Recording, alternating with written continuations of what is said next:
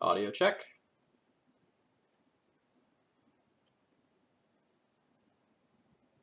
Audio check. Excellent. All right. Good evening, ladies and gentlemen. My name's Phil Gallagher. I run ThrabenU University, and tonight we're going to be doing something a little bit special. If you're used to watching this stream, this is what we've been playing recently. We've been playing a sort of, I guess, traditional red-white Death and Taxes build on this stream. I've been doing a couple of things differently than other people. Like, I'm going really heavily on this wingmare front right here. But otherwise, there's nothing too exciting in this deck list. And prior to this, I was playing a Crusader build. And as the name suggests, it has a bunch of Marin Crusaders in it. Hey, look at that. But this isn't really an exciting deck list. It's a deck list that has a game plan. That's most certainly true. But it doesn't necessarily rustle my jimmies in any way. It's something that I think is very good. It's something that I'll definitely return to playing at some point. But it's not, what's the word I'm looking for? Fun? Fun, I guess, is a good word. Fun is something like playing these Dire Fleet Daredevils in your Legacy deck. Like, that's a card that's fun. That's a card that's exciting. That's something that you don't necessarily know what it is going to go and do all of the time. And that makes for some interesting and very entertaining games. Tonight's not necessarily about me. Tonight's about you, chat. This one goes out to you. Since I started streaming, a little over a month ago, I suppose it's been now, I've been having a lot of fun. And I hit my first follower threshold of 350 followers, so this is the reward stream. We're going to go and we're going to play just something that was kind of silly. I said when I hit 350, I would do a stream with Mono White, because I've just been streaming entirely Red-White Death and Taxes up to this point. So I left it to the chat. I made a poll a couple of days ago, and I just kind of let them do their worst to me. And what everyone decided they wanted to see was sort of a toolbox D&T list. They wanted to see, hey, how many random singletons can we go and throw into this deck? And I think the answer was 7. So here's what we're going to be messing around with tonight. We're going to play a mono white build, and I'm just going to pull out all of the singletons over here and just talk about them a little bit.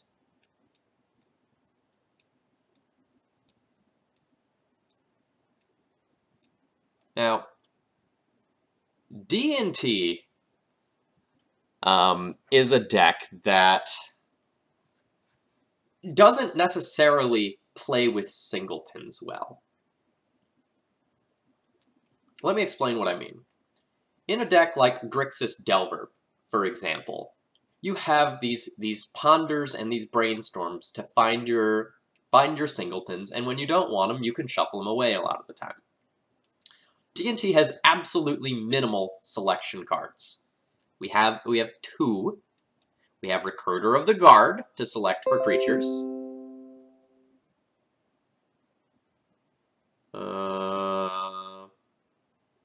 I don't want to wait an hour. I want to wait more than an hour. Well, that's Future Phil's problem now. So we have 2 selection cards. We have Stoneforge Mystic to select for equipment and Recruiter of the Guard to go and select for creatures. So, when you don't have a lot of selection, you're incentivized to play a lot of similar cards. So if we look at my red-white deck list, for example, like, I've liked Wingmare. I'm playing a ton of them. I've liked Flickerwisp. There's a lot in here. 4 Stoneforge, 4 Mom, 4 Thalia, 4 Swords to Plowshares. The cards that you want to draw, you play a lot of. And in my Crusader deck list, hey, there's 4 Crusaders. That's the point. But tonight we're not going for consistency. We're kind of going for lulls and interesting moments.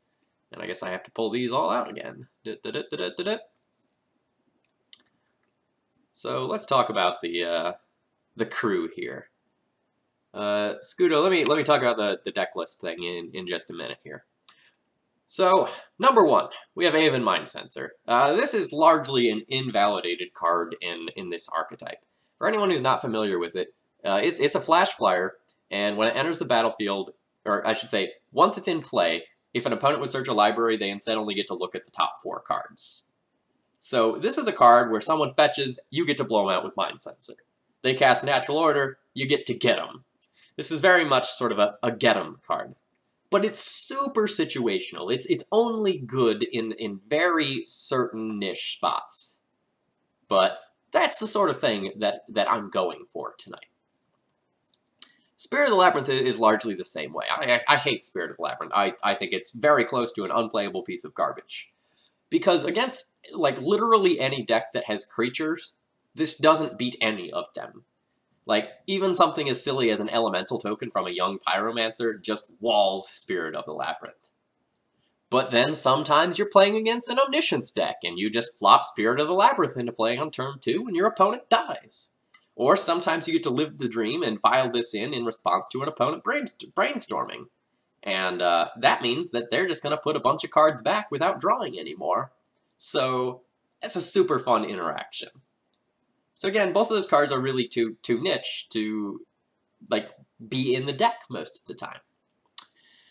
Alright, next up we have a couple of the staples of regular D&T of either color. Mirran Crusader, just great overall dude. Best against, like, your Check Pile and Drixus Delver decks, although rarely bad. You have Sanctum Prelate that can lock people out of the game. I haven't been too hot on Prelate in the red-white build because Magus and Vren Wingmare are doing a lot of the same heavy lifting that Prelate would be doing. But it's been fine. And then we get to the cards that haven't seen as much play in a while. Serra Avenger is a card that's largely dropped off the map recently due to increased removal in the format, especially Fatal Push, but especially Baleful Strix. I really don't like playing Serra Avenger when one of the primary control decks, Check Pile, is on Baleful Strix, because, like, that's such a negative trade. But against something like a Delver deck, it gets to go on offense and it gets to go on defense as well, and that's sweet. And Brimaz plays a similar role. So for anyone who hasn't played Brimaz before, it's super fun. It's a 3/4 cat. It's a vigilant cat at that. And when it attacks, you create a 1/1 cat soldier token with vigilance that's attacking. And when it blocks, you do the same thing. You make a cat, and it's also blocking. So Brimaz can be an army in a can, but there's this issue where Brimaz is really, really bad against an opposing Caracas. And so for something like the D&T Mirror, that's, again, just absolutely abysmal. Similarly, not great in the face of a Baleful Strix either. So, kind of awkward. But boy, is Brimaz really good against a control deck like Miracles. You set that Vial to 3, and you get keep bouncing Brimaz every time they kill it, try to kill it, rather, and it just makes more idiots. That sounds great. And then we come to the gem. We come to Mangara of Corondor. So I know you longtime D&T players are, like, super familiar with this card, but for anyone who is new to the archetype, I'm just going to walk through how sweet this card is. Alright, Mangara is a 3-mana 1/1. Alright, that doesn't sound good. It's legendary. And it has this strange ability where you tap it, and you get to exile both Mangara and target permanent. Well, that doesn't sound good. This just sounds like a really slow Oblivion Ring. Phil, you've got to sell me on this card. Well, okay, let's talk about it. This card is sweet because if you bounce it or make it leave play, the ability is still going to resolve. Note that this card only targets a permanent. So, if you activate Mangara and bounce with Caracas in return, you get to exile your opponent's permanent and keep your Mangara in your hand. Boy, that's really, really neat, isn't it? Oh, but that's not enough to make it sweet. What else can it do? Well, let's say you activate Mangara, target your opponent's thing, and then blink it with a Flicker Wisp. Well, your opponent's thing is gone, Mangara will come back into play at the end of turn, and then it will get to go and blink another thing. So, with Mangara, you get to, like, just start eating your opponent's stuff. And once they run out of stuff that you care about, you just start devouring their lands. So in a really like long grindy matchup like Miracles or Check Pile, Mangara can just be devastating if your opponent doesn't have removal. Mangara has fallen off of the face of the map for two reasons. One, in the past couple of years, Legacy has gotten faster in many ways. I don't necessarily mean the game ends faster, but threats and removal have become super efficient. And reason two is that removal is becoming more prevalent. You know, back when I started playing Legacy, there were many decks that would run 4 removal spells. Like, you would have 4 Lightning Bolts in your deck, 4 Swords to Plowshares in your deck, and that was it. So, like, once you got a Mangara, it would just take over the game because your opponent did not have removal spells they could reasonably find, especially when you just started eating all of their resources with Mangara in the first place. I'm kind of sad that the Mangara lock isn't a staple of D&T anymore, but, like, its time will certainly come again. You know, right now when we look at a deck like Fatal Push or Miracles, you know, where, you know, they might have 10 or more removal spells in their deck, that's not the best place for Mangara to go and grind things out. But Mangara gets you through a lot of, like, super cool spots that a lot of other cards can't. Alright, so somebody already skimmed and saw something that I put in the chat here, or not in the chat, in the text under my stream. I'm working on, like, trying to make, you know, you all have some better sort of... I want you all supporting me to be more meaningful. So previously I just had follower goals every 50, and that was it. You know, every 50 followers I'll do a bonus stream for you. Now I added in some sub goals. I think I'm currently sitting at about 13 subs. When I hit 20, I am going to let my subscribers vote on a deck list for me to play. Which I know is dangerous, because, like, the last time I let you all vote, we ended up with this. So that will be super interesting, I'm sure. When I hit Twitch partner status, and all I need to do to get that is hit 70 average viewers over the course of a month. When I hit that, I will give you all a big burst of content. I don't know exactly what it'll be, but I'll probably do like 5 bonus streams or something like that for you. Or, you know, like maybe write up a couple of articles for you on the website. You know, whatever people are interested in. Soldier Stompy, here we come. That would be a good one. I would probably be willing to buy the stuff for Soldier Stompy. That's fine. And I've also started emailing my subs from time to time. So you may get a little bonus piece of content or piece of strategic advice or like a mini article from me from time to time that everyone else is not getting. I've also added some donation perks because, like, some people have, you know, come and talk to me and said, hey, I'd like you to do this. Can I donate and will you do it? And the answer is yes. So I went ahead and, like, advertised that now. So anytime you donate to my cause, you know, like via my PayPal or something like that, I'm happy to thank you on stream. Like, I really do appreciate it. For a $12 donation, I will do a league with, you know, the sort of deck list that you're interested in, whether it's red-white or mono-white, you know, whatever floats your boat. If you're interested in some random card like Restoration Angel or a Mangara, you know, let me know when you submit a comment. For a $20 donation, I'm willing to write up a matchup primer of your choice for my website. I've, you know, probably got like 20 matchup primers, but there's just a ton of things in Legacy. And if you're looking for some advice and you want to bankroll me spending a couple hours writing an article, I'm happy to do so. And for one time, if somebody wants to throw $20 my way, I'm happy to redo the Red Splash page for this year. I was looking through my old content today, and I realized that my Red Splash page is still the one that Ayati wrote back when Imperial Recruiter was still in the deck, and that's kind of embarrassing. But, like, I just don't have the time to quite do it right now, but I'm not above bribery.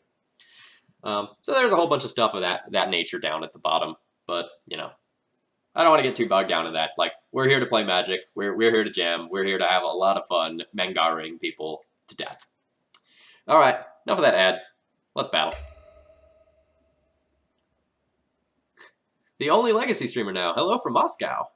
I wish I knew how to greet you properly in your own language, but I'm kind of a Latin and ancient Greek sort of guy. 1-0 for days. Yeah, it's it's a tough life for people who really want good legacy content. You know, like Icekawa occasionally streams, but he's running a lot of the time he runs sort of a weird, like, not quite Stoneblade, not quite Delver deck. That's not like the most competitive thing in the world, but like he has a blast playing it. Lewis CBR has streamed a little bit. I've only caught like one of those, and then otherwise, like, you just occasionally get people who happen to stream some legacy. Like a lot of times over lunch, I'll just end up watching like Jeff Hoogland's legacy videos, which are largely like random meme videos. Like it's a lot of like Spanish Inquisition, Belcher, like Jund with faithless looting and stuff like that, and it's kind of entertaining and fun. And like I enjoy watching them, but it's not necessarily like, you know, tier 1 deck versus tier 1 deck all of the time. I am going to plug someone else's video right now, though. Manguchi did an awesome league with Cloudpost on Channel Fireball this week that has some amazing fucking lines in it. There's one that involves a Mikokoro that, like, blew my mind. I was so happy to see that.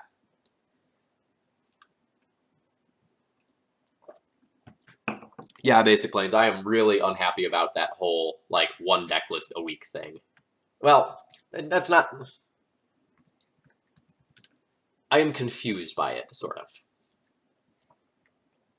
I don't have any data on my opponent. I'm going to go ahead and just keep this hand. I am not going to record any data for the matches that I play tonight. I am just going to play. We are not here for winning and optimizing our chances at winning. Looks like we have the mirror.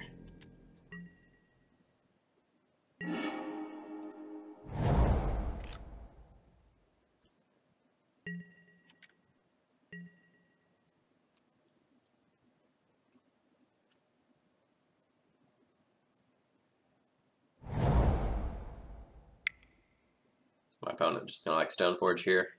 Ooh, my opponent's going to Thalia. I accept.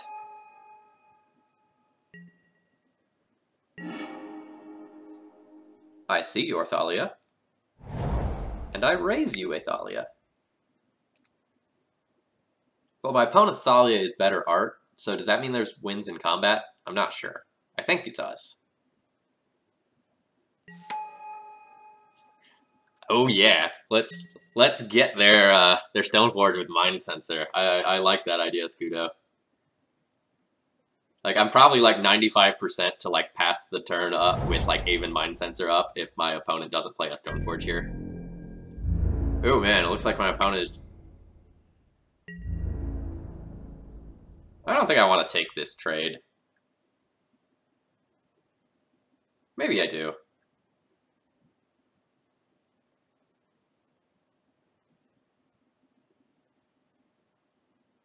They do have better planes. Yeah, I'll take the hit. I don't have like a Source of Plowshares or a Vial right now, and I don't have any equipment in hand.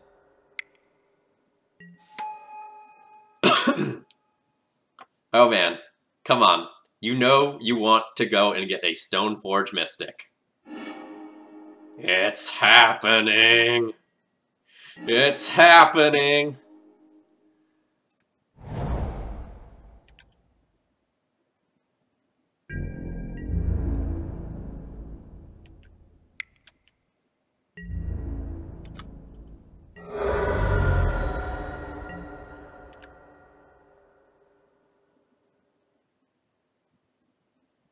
We're giving them the full-on hoot-hoot in chat. Let the record show.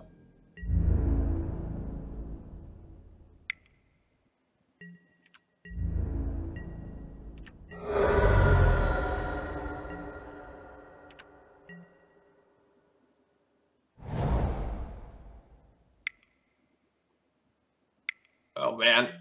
Oh man! We have typed hoot hoot in the chat.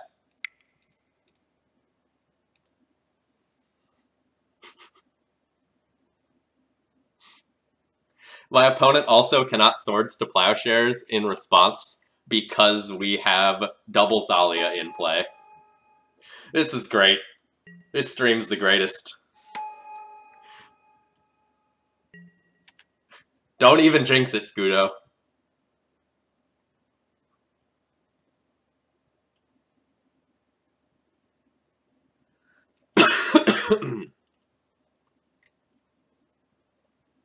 Oh yeah.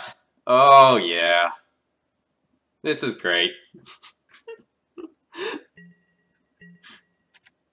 We gave him the hoot hoot, chat.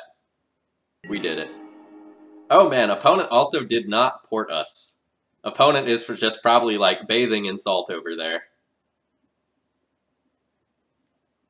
So I can go ahead and like recruit her for my own Stoneforge. But I kind of like just like Sarah Avenger double Wasteland them and get aggro.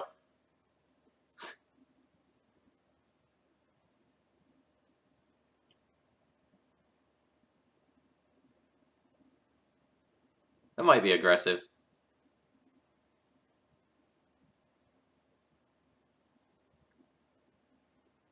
But I feel like my opponent's hand has a lot of fat in it.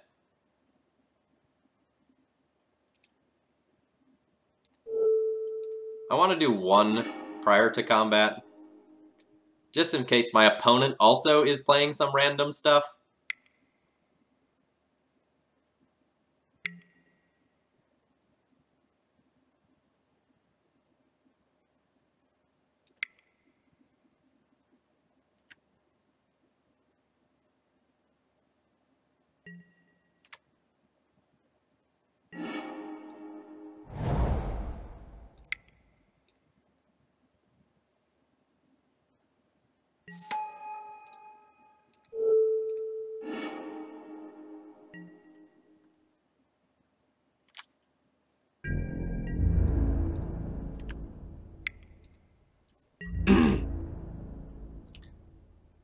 If I don't remember, remind me to go and clip that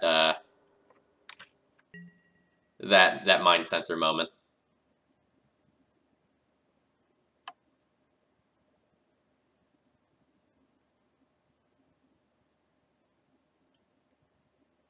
Opponent is in Frowntown. Opponent might be less in Frowntown if they have like a piece of equipment in hand.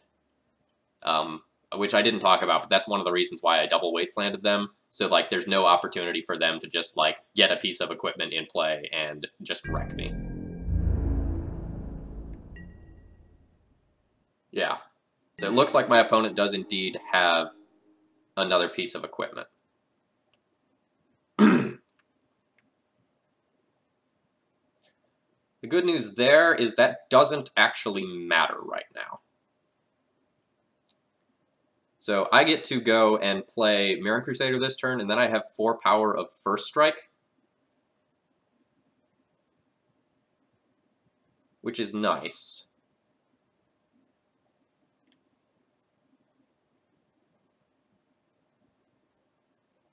So that means that unless my opponent has Jitte specifically, I'm good. If they have Jitte specifically in their hand, that's rough. But I can't do a lot about that this turn.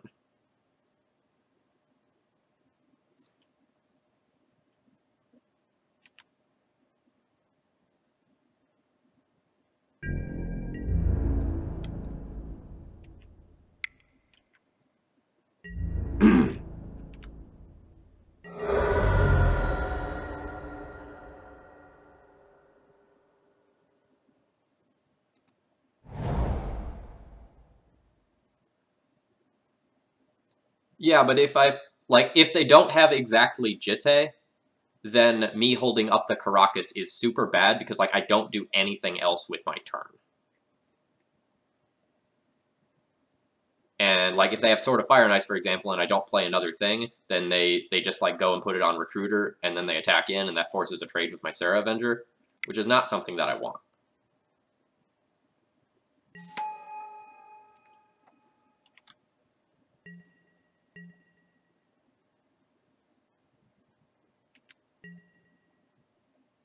Nope, opponent is just on stone cold nothing.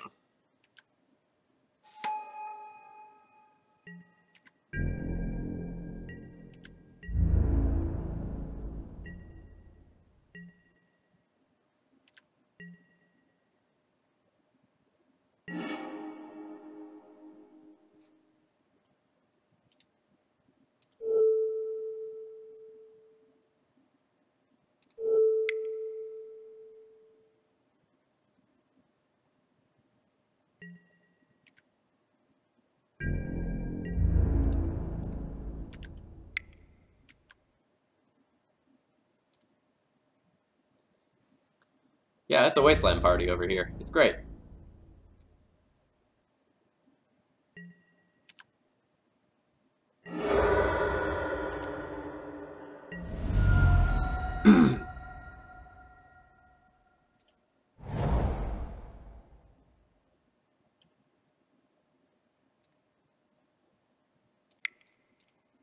Hey man, you know what's great? With Recruiter of the Guard, we get to look at our whole deck. Isn't that cool? Not just like 4 cards, but our whole deck. That's awesome. This deck's great.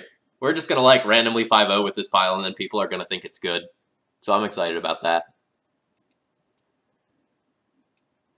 Okay. I'm gonna bring in like the entire pile of maybe cards and then figure out how on earth we're sideboarding. Spirit's bad. Dahlia's bad. Aven Mind Sensor is bros. Bremaz is awkward, but maybe still fine. Prelate's terrible.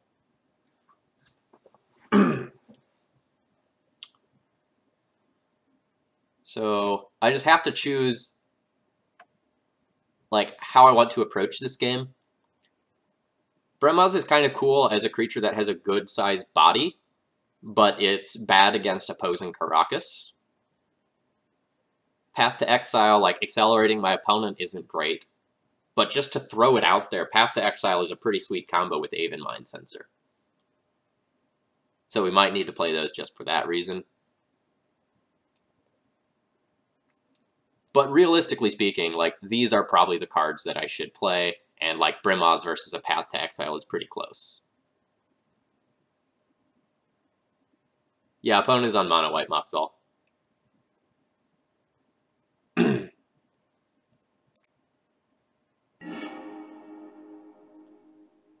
Yeah, I agree, you know. Chances of my opponent finding a basic land in the top 4 are pretty high.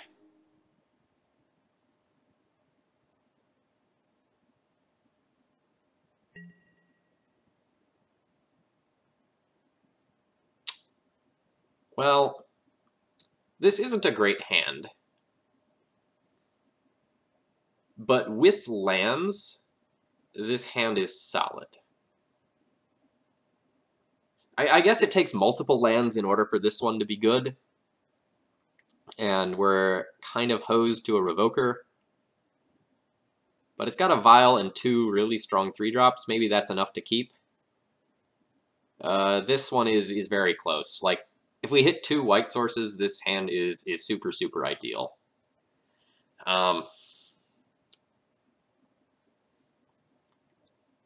One of the things I've been doing is keeping more 1-land hands. A lot of, like, players I respect are telling me that I should be keeping more of the hands that I'm throwing away.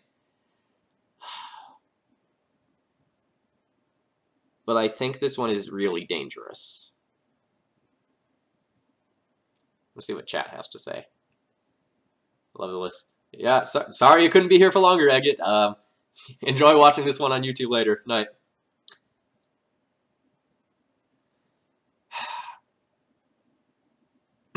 I think since, like, 2 of these cards are white, and, like, I have to cast one of these, and that this card is dead right now, I should probably ship this one.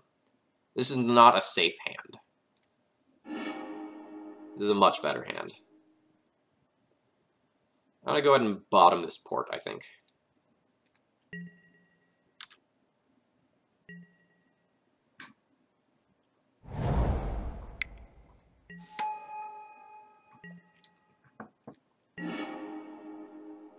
Alright. So my My opponent has the mom advantage in that their mom gets to untap first since they were on the play, and if they have a Swords to Plowshares, they get to eat my mom while still keeping theirs.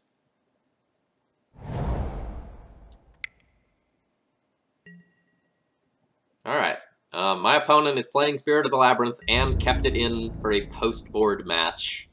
What are they doing? Ooh. That is nice. I can't actually connect with this Jitte anytime soon, but like I'm gonna save this for the point where I get to 4 mana and I can just jam this.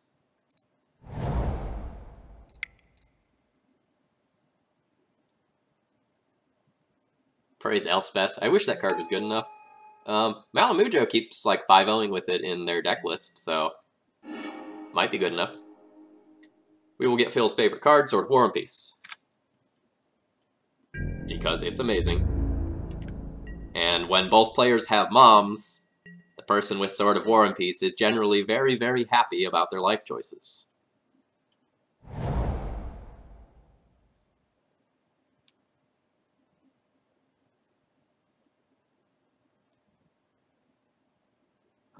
Moxall, I agree with that assessment. Malamujo is a very, very good player, though, so I would be foolhardy to just ignore their results.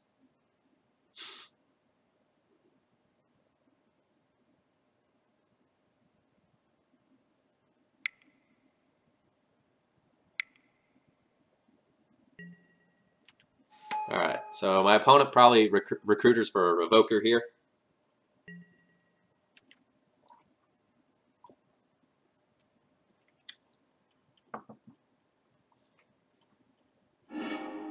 Yep, there's the Revoker.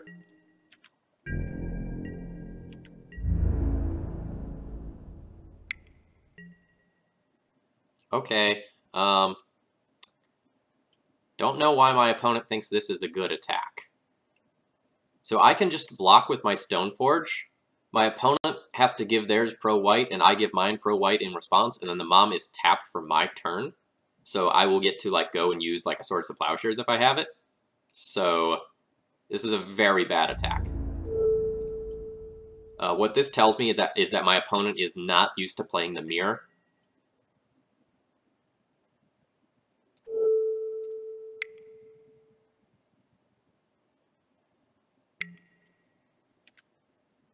Like, the combination of that attack plus the Spirit of the Labyrinth still being in the deck for post-board games does not bode well for my opponent's chances at winning this match.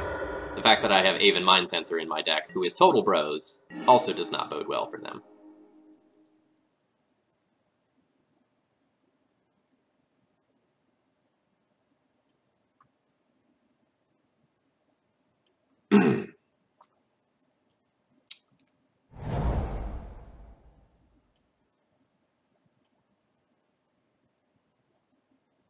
So, neat thing, Mom can't actually protect from Phyrexian Revoker, since it's colorless. So, what we're going to do is we're going to play this Revoker. I'm probably not going to name Mother of Runes. I'm happy with like that, and I'll just like name Sword of Fire and Ice or something like that. And then my opponent will cast a Revoker on their turn. Well, actually, maybe I should name Mom. Because if my opponent also is going to get their Revoker in play, then they're also going to have a colorless guy.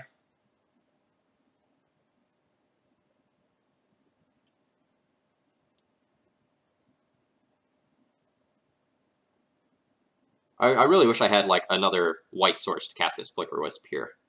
That would make life really, really easy.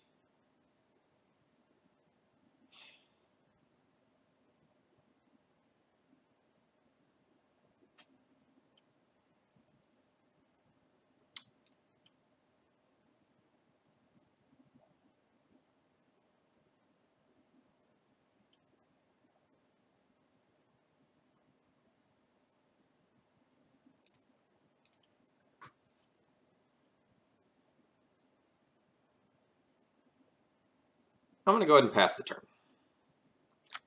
And when my opponent goes and casts their...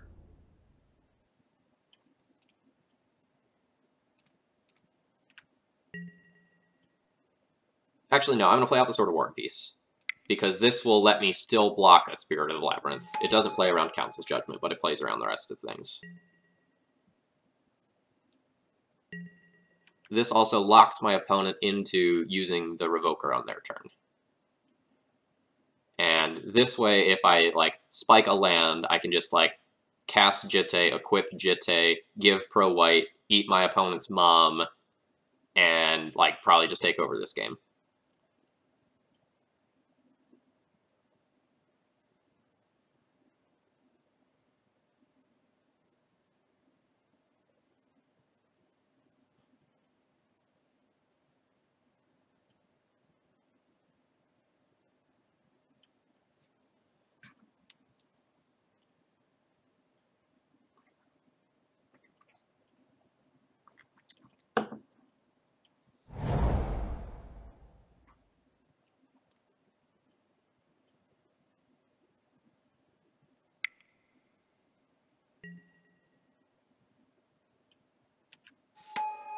Revoker's fine. That name's Sword of War and Peace.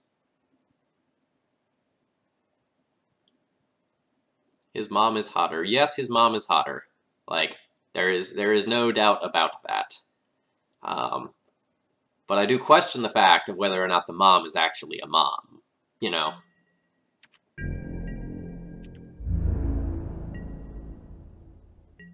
Alright, looks like my opponent is just going to port us.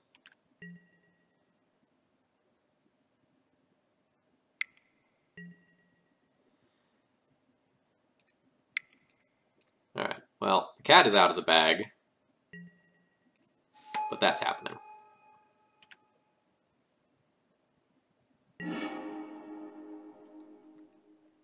And we have lots of goodies coming up in the not-too-distant future. I don't think my opponent can profitably continue to port us. Like, they're going to need to play something on their turn that can deal with this Jitte.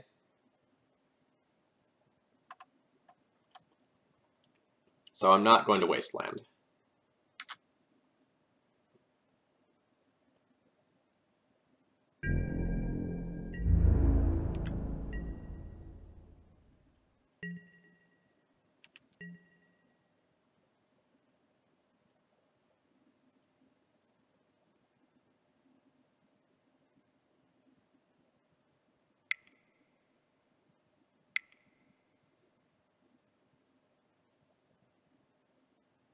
This is going to be like a council judgment.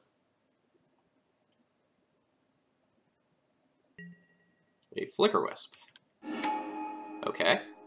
So that'll just Flicker Wisp Recruiter, and they'll probably get another Revoker, I imagine.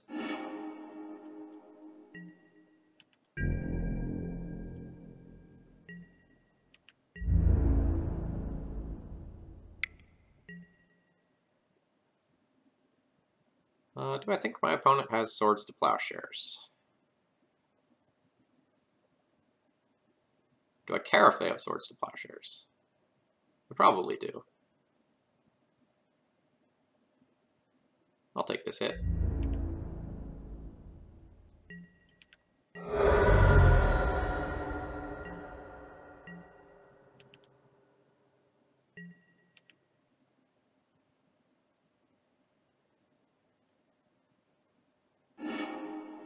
Alright, they get a second Revoker. Alright, I now get a ton of choices. I can't actually connect with the Jitte this turn due to the Phyrexian Revoker being in play and it being colorless. So if I attack in with the Stoneforge, my opponent can block with Revoker even if I give pro-white, and I don't get through with the Jitte. So I can just go ahead and produce a Planeswalker right now and start pressuring my opponent on that axis as well.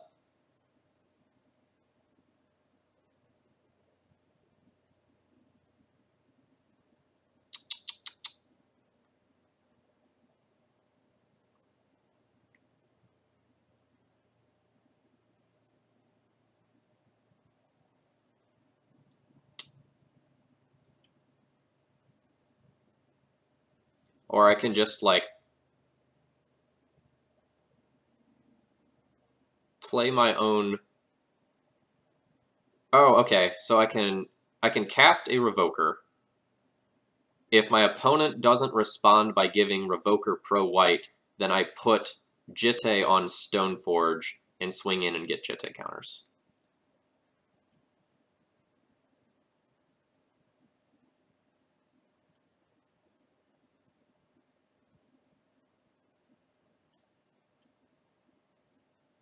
Let's do that.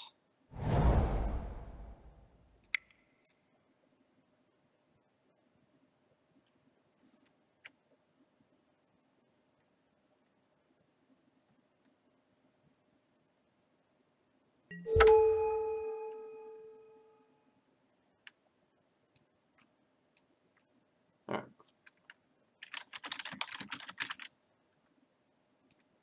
And the reason I didn't tap my own mom before doing this was, like, to not tip my opponent off about what was going on.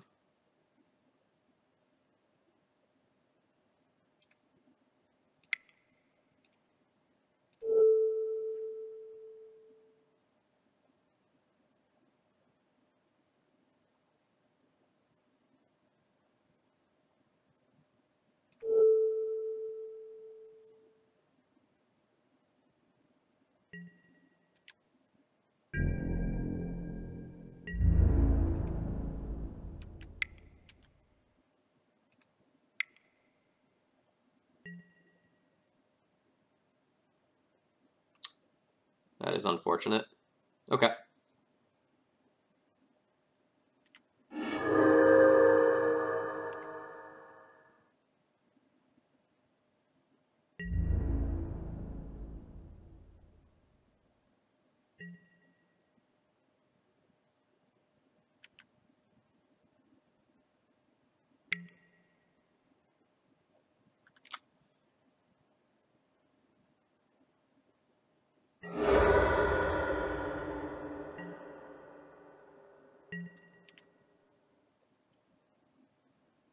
So, like, I guess since my opponent made that Spirit of the Labyrinth the last turn, like, at the time I commented that I thought I had Swords to Plowshares, and then, like, in talking through the various lines I could do, I kind of forgot about that.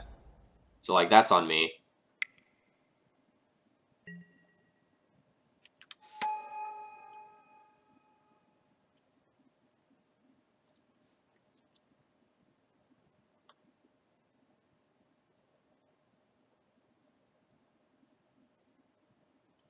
So, like, now our plan instead becomes, like, maybe play Elspeth plus Elspeth, create a token, equip a token, fly a token on the next turn, and get there in that way.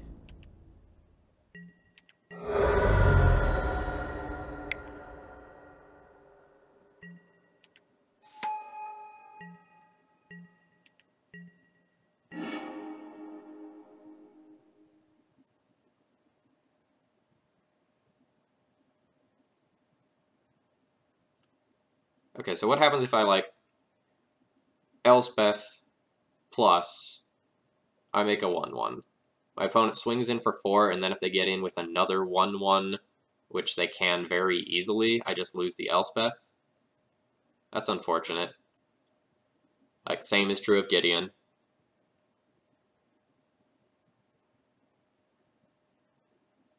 Just a little too choked on mana to do anything. Like, if at any point I have 6 mana, like, we might talk.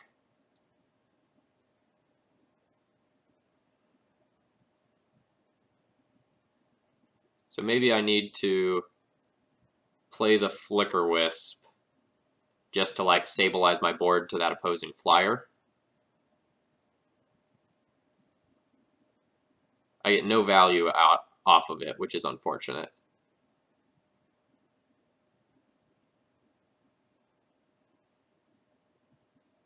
But I think that's where I need to be.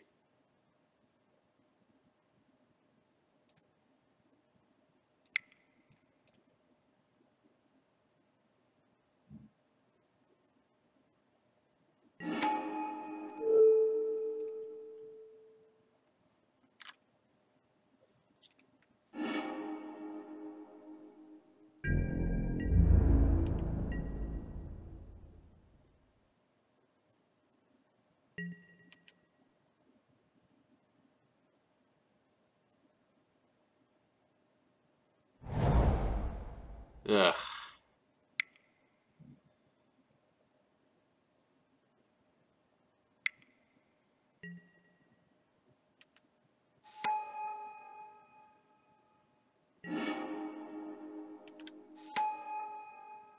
Okay. Don't know that's the best use of their Gideon.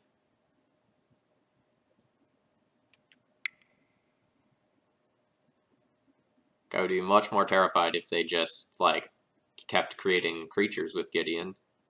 Or honestly, even more terrified if my opponent just, like, ports me out of this game forever. But my opponent might just be going for, like, the bash you to death over 2 turns plan.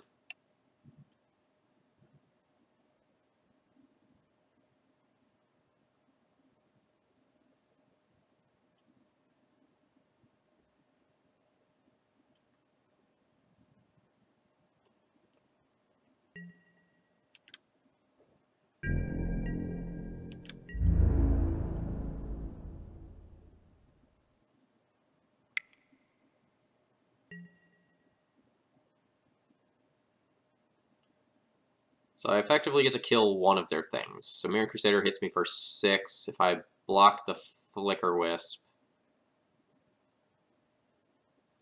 it's 6, 9, 10, 11, 12, 13, 14, 15, 16, 17, 18. So I have to block the Crusader. So then I take 4, 7, 8, 9, 10, 11, 12, 13, 14, 15, 16. That's unfortunate, so I have to block 2 things. So I'm just going to die to this. Well, not like die to it, but like not have a realistic chance at getting back in the game. Okay, that's fine. I'll go ahead and concede to clock here. We really lost that game to mana. Like, we had the right tools. But, like, I just couldn't deploy my cards since I, like, drew kind of, like, the clunky half of my deck down here when I was on the draw, which was unfortunate. And that's one of the reasons why I stopped playing the mono white build, is because, like, it runs 23 lands and it's really heavy on the 3-drop slots and 4-drop slots as well in post-sideboard games. And, like, I was on a mulligan there on the draw, where I just did not have lands to cast all my stuff. This has lands, but, like, I have nothing to do. I think I need to ship this one. Hands that have a Stoneforge Mystic are just way, way better. Or, like, a Mom at the very least.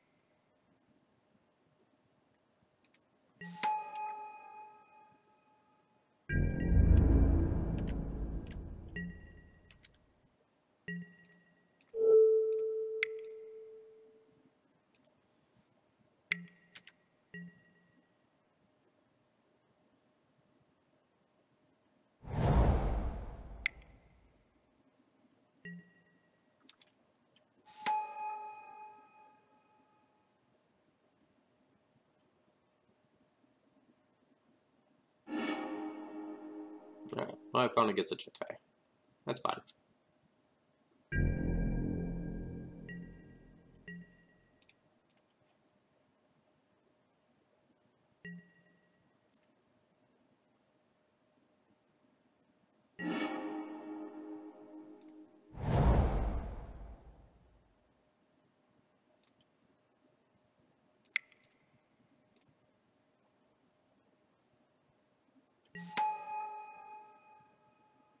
I'm going to hold this Swords to Plowshares in case my opponent plays a Phyrexian Revoker. I would rather remove that than the Stoneforge right now.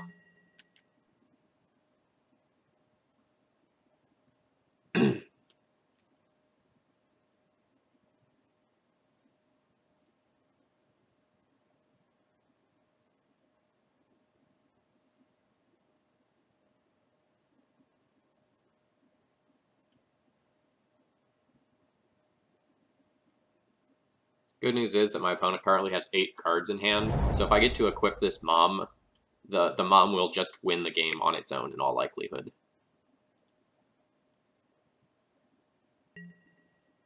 Alright, that is a Phyrexian Revoker. That will name Sword of War and Peace.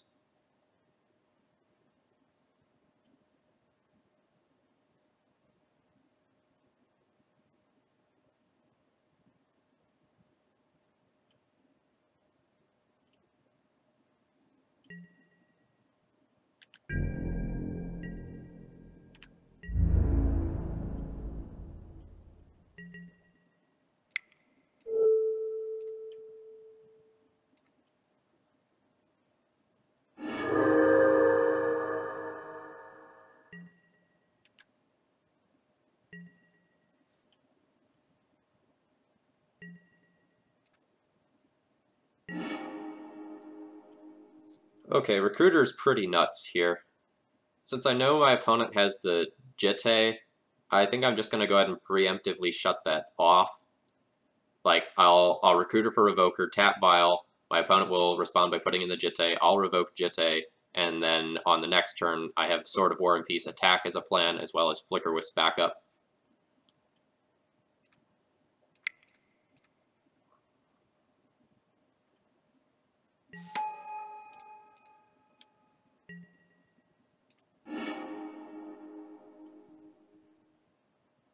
Ooh, Relic Order actually might be even better.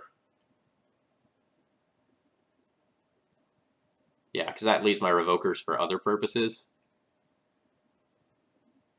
Yeah, I will get a Relic Order and sit on that.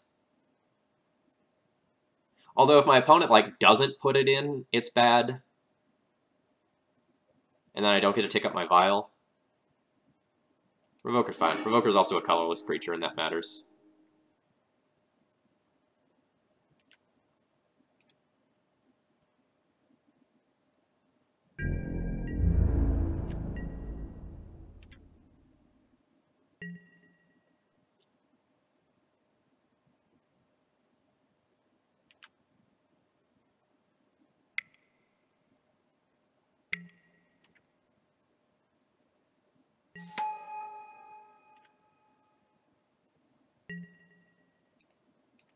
I should have done this while they were tapped out. Let the record show. For Containment Priest reasons.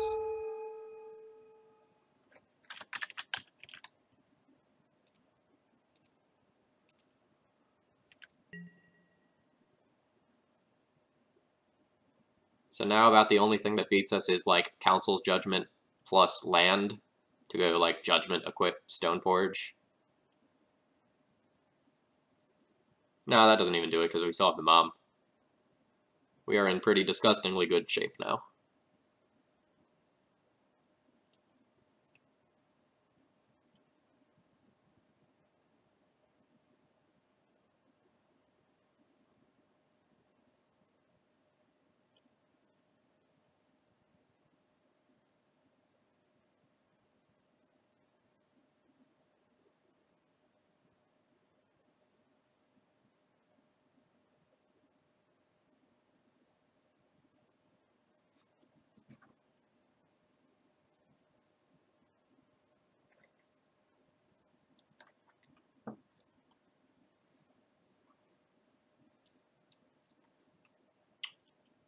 Not sure what's got my opponent so puzzled. Ganjo Castle. Interesting choice.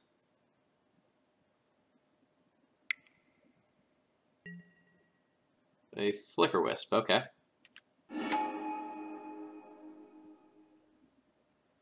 Flicker Wisp, my Mother of Runes.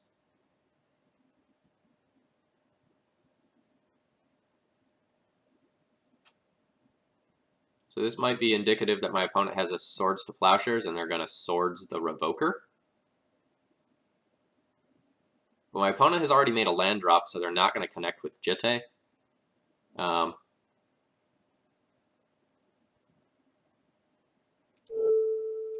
will go ahead and protect the Revoker here anyway.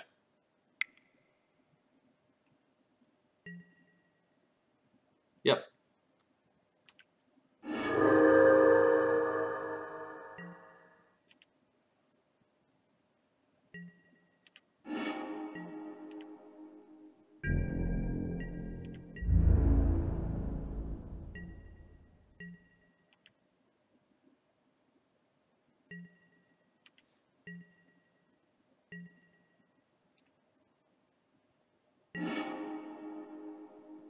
Alright. Mind Sensor is a nice trick.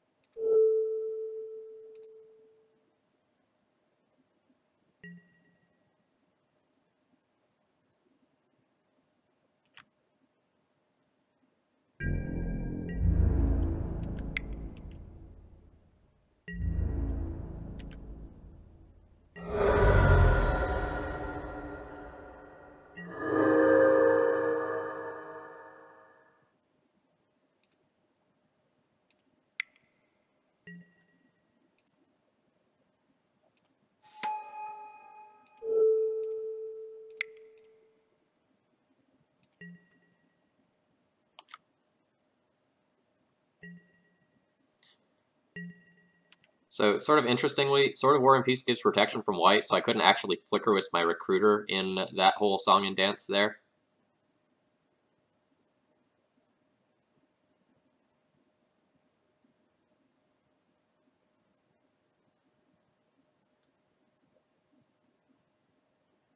We were promised Mangara. Mangara's in here. Mangara would be not a good draw on the face of my opponent's Caracas, but, like, it's in here.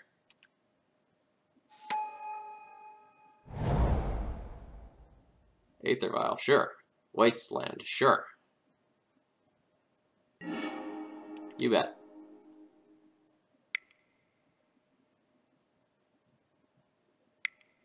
You have, like, a Planeswalker now? Gideon, sure.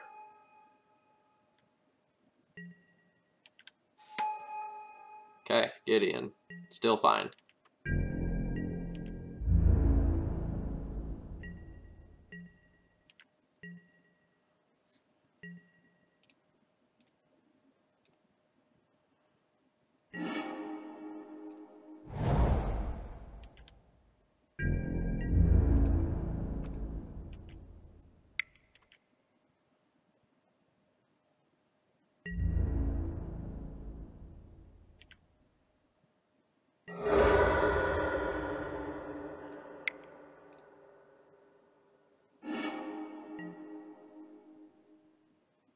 Seems decent.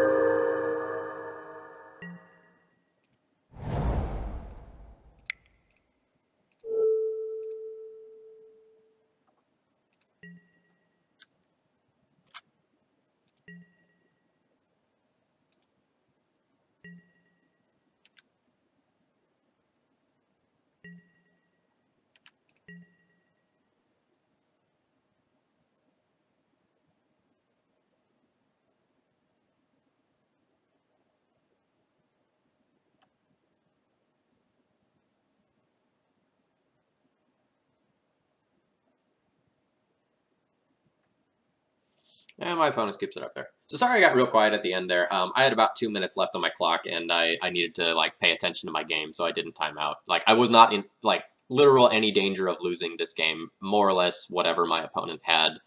So, like, the only way I was going to lose was by timeout there. Like, I had 2 pieces of unchecked equipment. It felt like my opponent had more or less blanks in their hand. My mom and my 2 pieces of equipment invalidates their jitte, as well as, like, the rest of their board.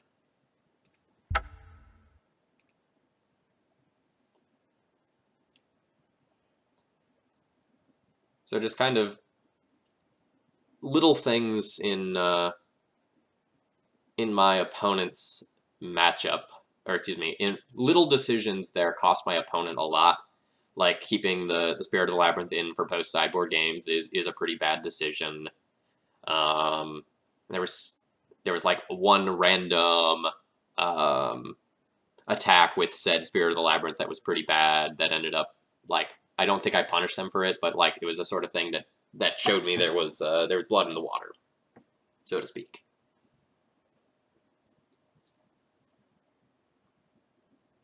Oh, so Compacted D, yes. The way Sword of War and Peace works is it is a trigger, and you gain life equal to cards in your hand. You deal damage equal to cards in your opponent's hand. So you can use that to redirect to Planeswalkers. I can't tell you how many times I've gotten Judge called for that one. It's like, does that actually work? Yes, that works. And the response is either, okay, you're Fail Gallagher, you know how your cards work, or immediate Judge call. I have not gotten any other response other than those 2 things. Okay, that's a lie. I have also gotten the response of like, well, damn, or insert various favorite curse word of your choice into that spot. I've gotten that as well. So for anyone who turned in, we're not playing the usual deck list tonight. We're playing a spicy singleton D&T list that has just like a bunch of random 1-dubs that are situationally good, and we're trying to walk into the situations where they are good. So that game, we got to Aven Mind Sensor my opponent's Stoneforge Mystic after they recruited it up, which felt pretty disgusting. The previous game, like, we drew the Mangara, but it wasn't quite the right spot to make use of it. I was kind of behind on mana since I was on the draw and I mulliganed, and like I never got to make use of my sweet cards like Gideon and Elspeth. Separate question, why does the mono-white sideboard differ so much from the red-white sideboard? Oh, that is a deep question. So, the red-white deck list approaches a lot of matchups differently. Since it's a little bit slower with these things like Magus of the Moon and Pia and Kiran Nalaar that either come down late or aren't particularly aggressive, you end up playing an extra Path to Exile to buy yourself time to get to your good cards. And a lot of times you win the grindy matchups like Miracles and Checkpile with things like Pia and Kiran Nalaar. Well, the mono-white deck list doesn't have access to that, so you have to play some Planeswalkers in that spot instead to help you grind out those control matchups. Alright, it's Malamujo, so we're probably playing the mirror again.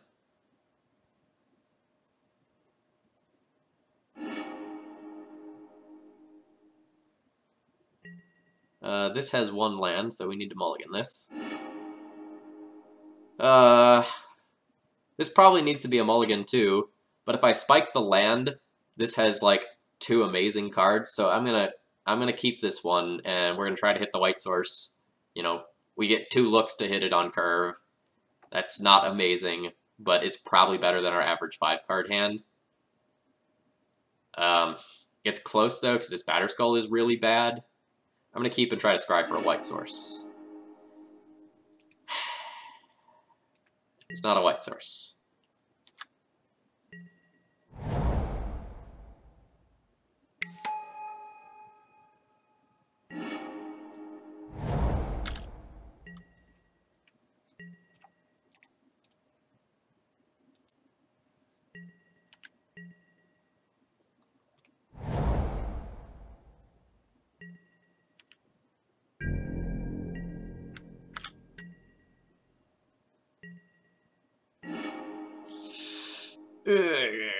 This is embarrassing.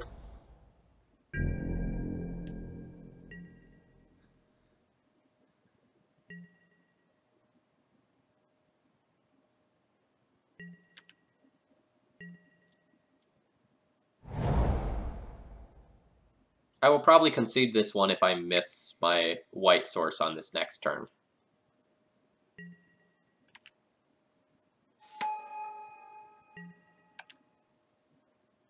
So this will just be for a Stoneforge Mystic, and then my opponent has active Jitte. Oh no, it's just a Flicker Wisp.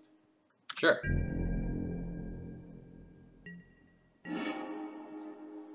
Alright, so I'm not dead. Maybe not. Probably still dead. Yeah, just a little bit behind. It's fine.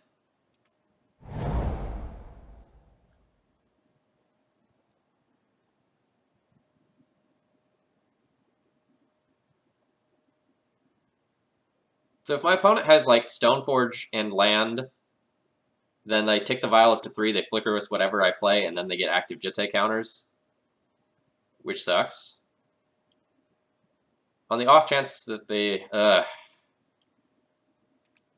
we're really dead here. We are really, really dead here.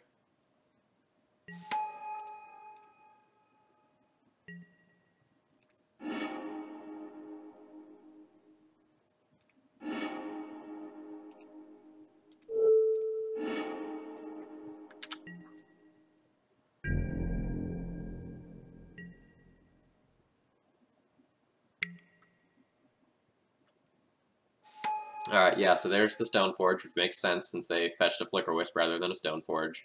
So the line that I took will keep my opponent from getting Jitte counters for 1 turn. But I don't really see any scenarios in which we come out ahead here.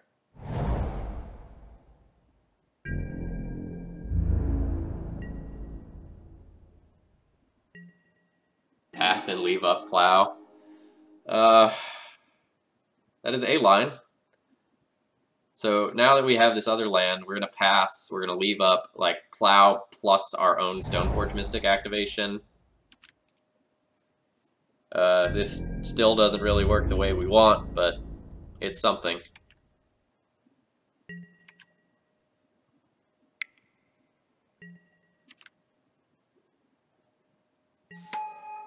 Yep, there's that.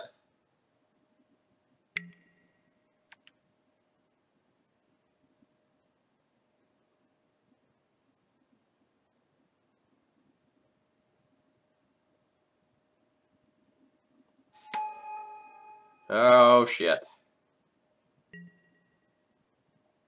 That's real good. Good on you, Malamuja. Great play. Now I do not get 2 swords, and my opponent 100% gets Jitte counters while still having Flicker Wisp backup. So, like, I'll flash in this Batterskull, but then they will just, like, Flicker Wisp the Germ token. I'll lose the Stoneforge. I'll be sad.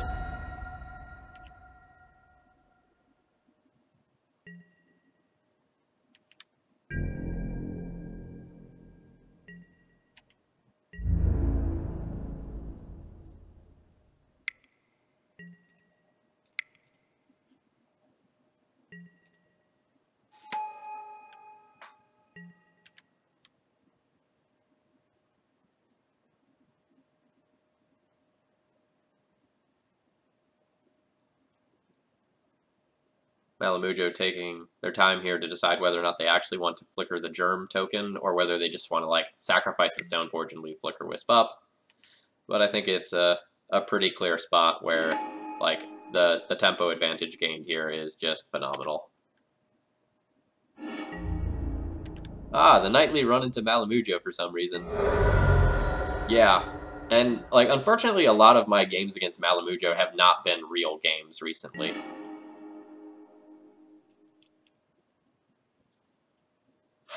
So I can Flicker Wisp this Batter Skull, but that doesn't actually beat the Stoneforge in combat, and it actually won't give me something that will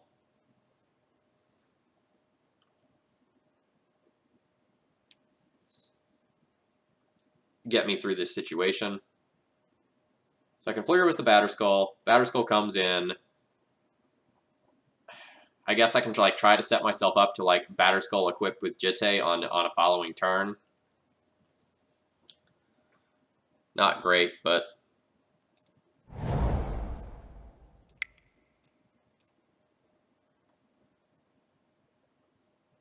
probably tap Trolling there as well. I don't know that I want to like run this Mom out into active Jitte. Like, there is some world where, like, maybe somehow I get this Jitte under control by, like, top-decking Mirror and Crusader or something like that.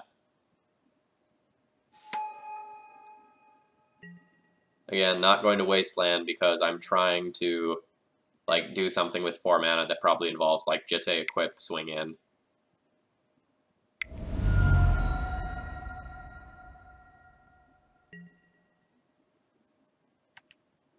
Yep.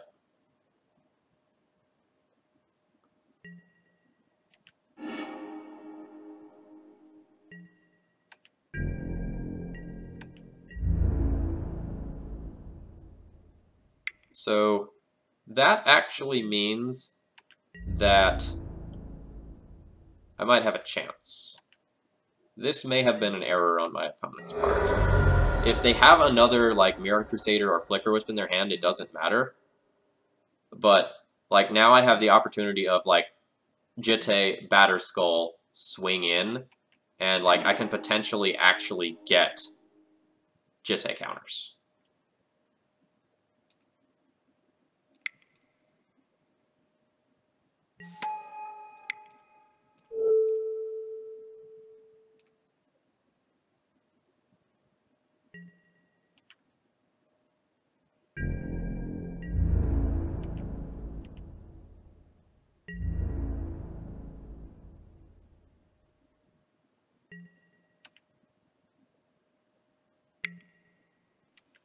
Okay, if this is another Flicker Wisp, I will just concede.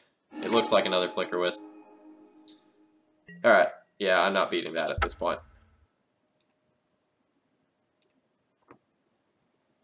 Yeah, last round against D&T, it was gross. Like, we got a Mind Sensor blowout that was very, very disgusting.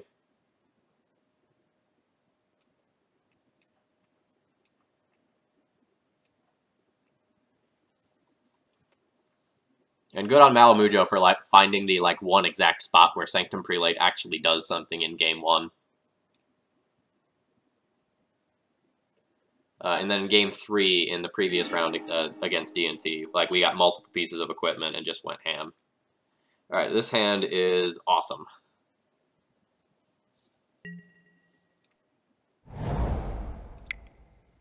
Assuming we, like, just keep drawing lands so we can curve out into this Gideon, we're in very, very good shape.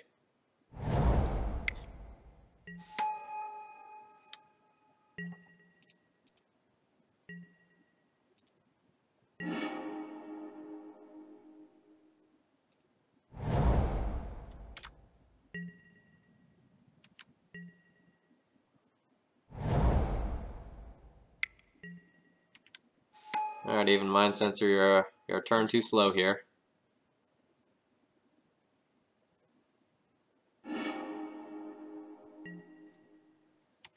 Alright, that's probably not a good sign. My opponent got Sword of Fire and Ice.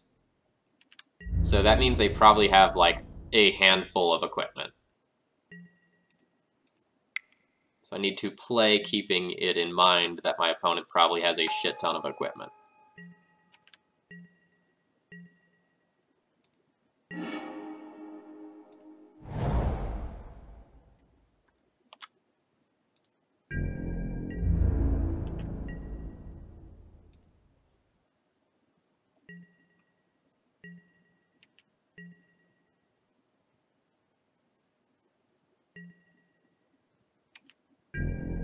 How long has this stream been going? We started matches at about 7.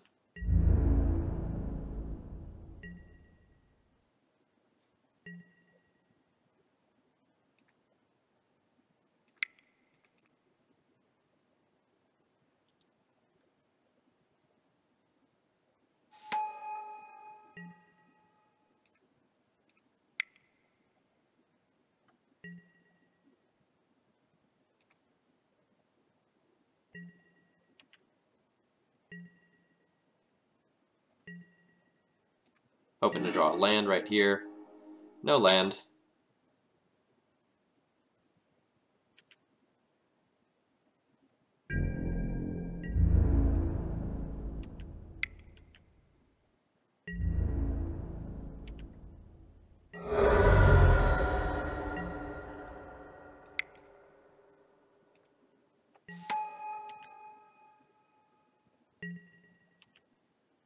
My opponent will probably put in like a batter skull here, I imagine. Ooh, no, a Jitte. We're gonna get a huge blowout.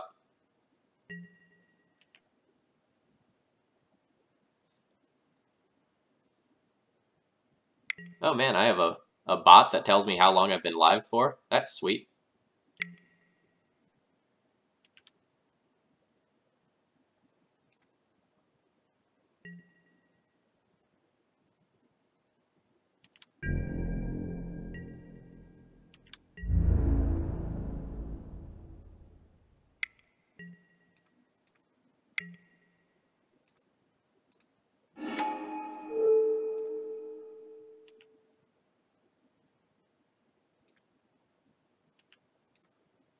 Yeah, and now if I spike a land this turn, my opponent is stone cold dead. We'll go ahead and take this up to 3 now. Sweet. I actually think I just want to like push damage with an Elspeth rather than play the Gideon. Although I guess the Gideon represents, like, if I play Gideon this turn, Gideon can attack next turn, and then I can use Elspeth jump on the following turn. So 3, 4, 5, 6, 7 damage coming in. I can pump that up to just 10 damage if I like Gideon Emblem immediately. I don't think I just want a Gideon Emblem, though.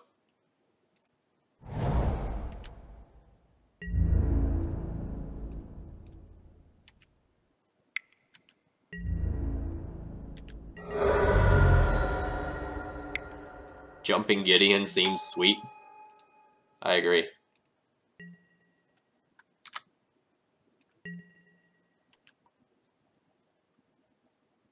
And, like, that is very likely a line that I will take.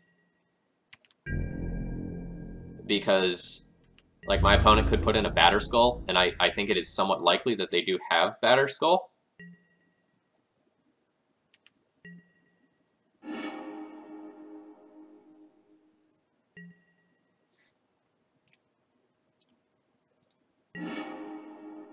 Oh, geez. Okay, that's sweet.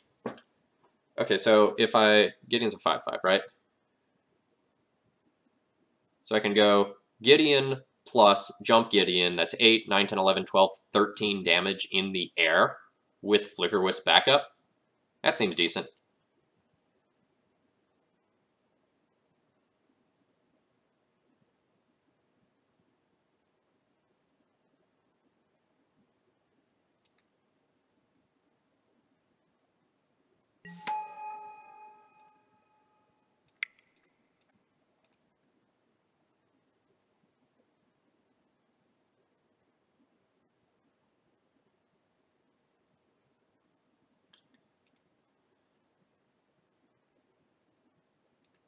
Alright, lots of sweet things have happened this game.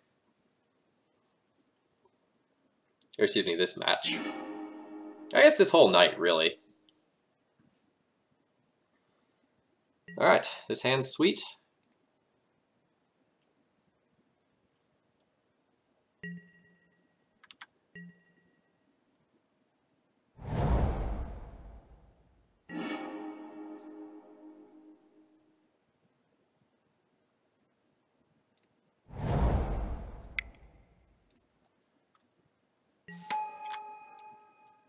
Triple mom is a bit excessive. That's more mom than I need, but it's okay.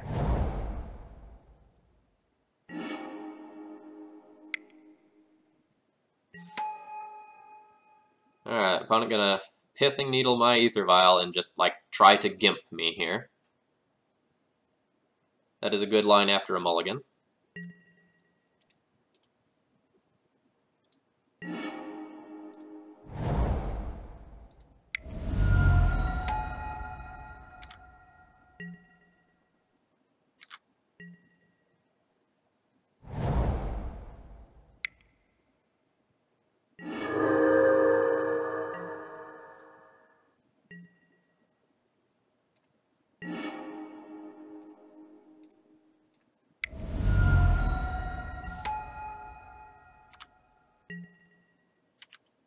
Army of Thalia, I 100% like playing the Elspeth there, because like it lets us play around Batterskull and kill my opponent that turn. If my opponent knows I have the Elspeth, like, so what? Like, my opponent is already expecting me to have, like, Gideons and stuff.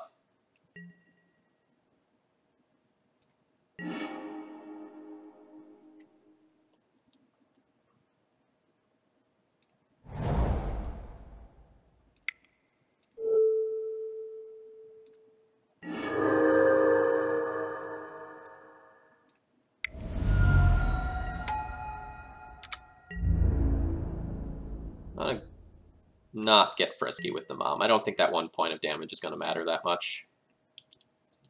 I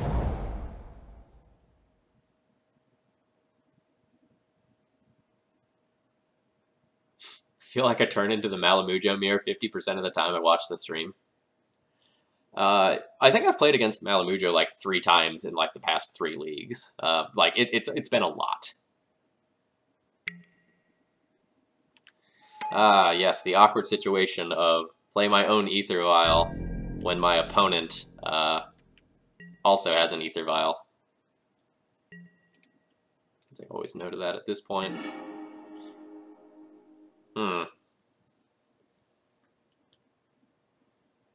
It's super unfortunate that my opponent has a Caracas, because otherwise I'd probably, like, Relic Warder their Pithing Needle, use my... Actually, maybe I'll still do it, because if they tap the Caracas, it's, like, super, super high upside for me.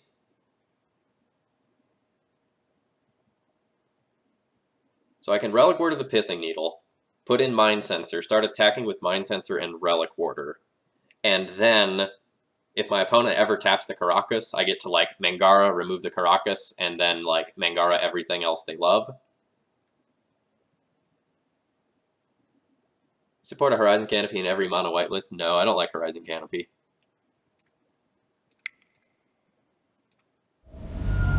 As you can see from this game, it's not great. Like, I've taken, I think, 4 damage from it already this game.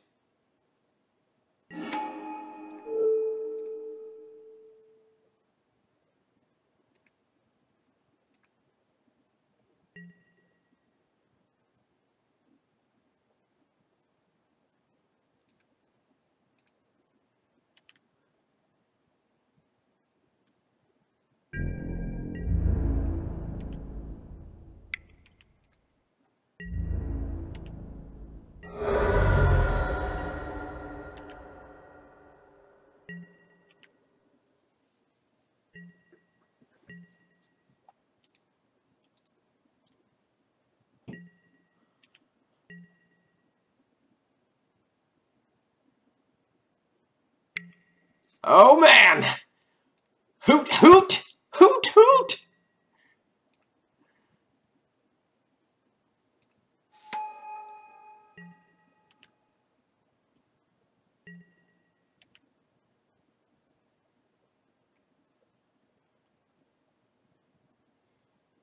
So, of note, we do know my opponent has a Batterskull in hand already from previous turns.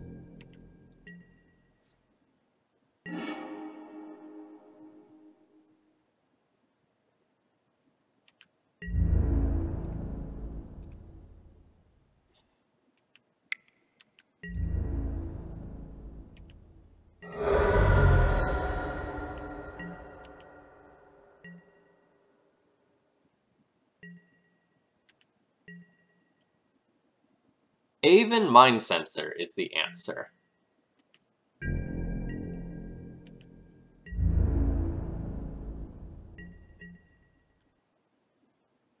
I'm not gonna, like, show them the Mangara and force them to bounce it with Caracas.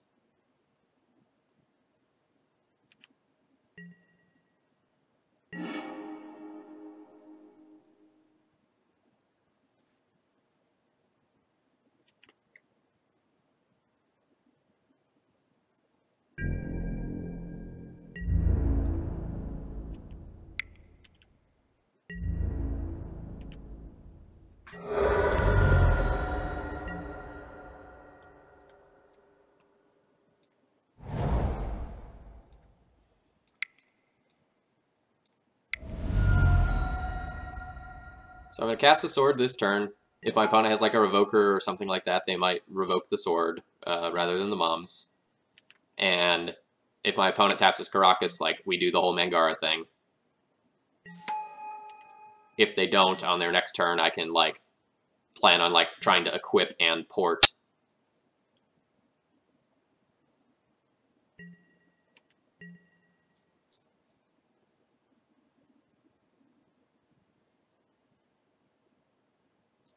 Yeah, I really do like the new art Aven Mind Sensor.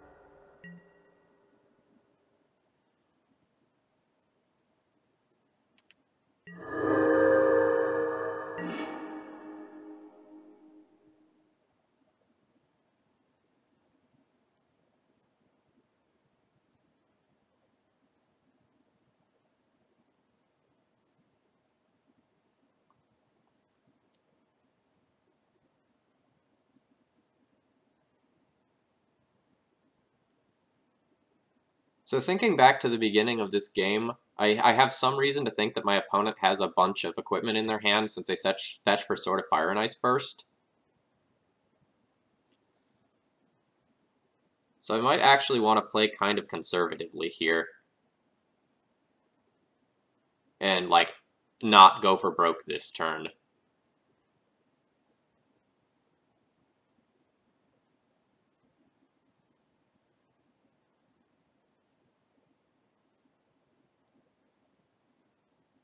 Yeah, I think I'm going to play like my opponent has Umezawa's Jitte in hand, and, like, not attack with Aven Mind Sensor this turn with the sword equipped.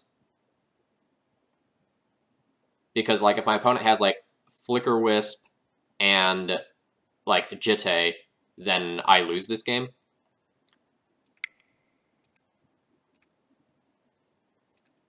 So I'm going to go ahead and cast a Revoker.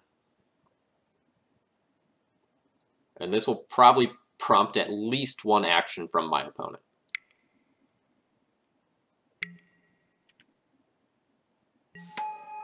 Alright, there's a Jitte.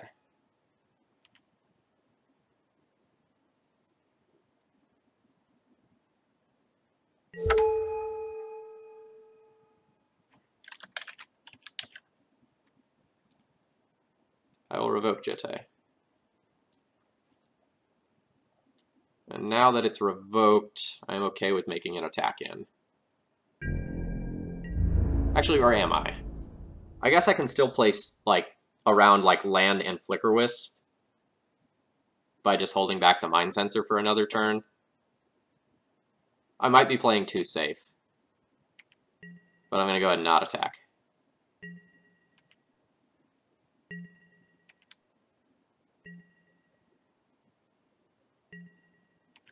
Tried to Aven sensor, Mind Sensor and Evolving Wilds and Limited, but my opponent got a basic and a top 4.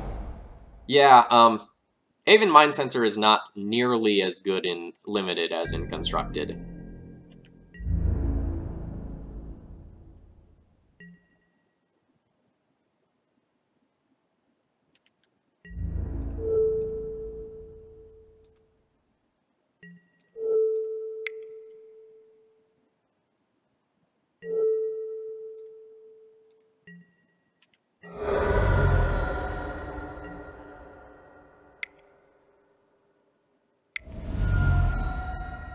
Actually really happy about this. Alright. My opponent gets a 1/1 white soldier token.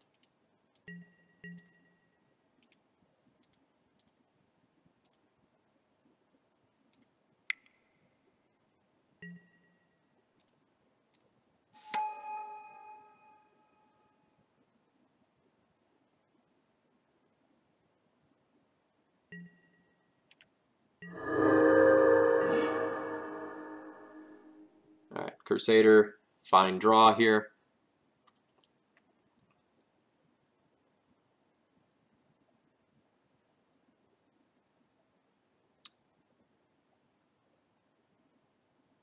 I think I'm going to start with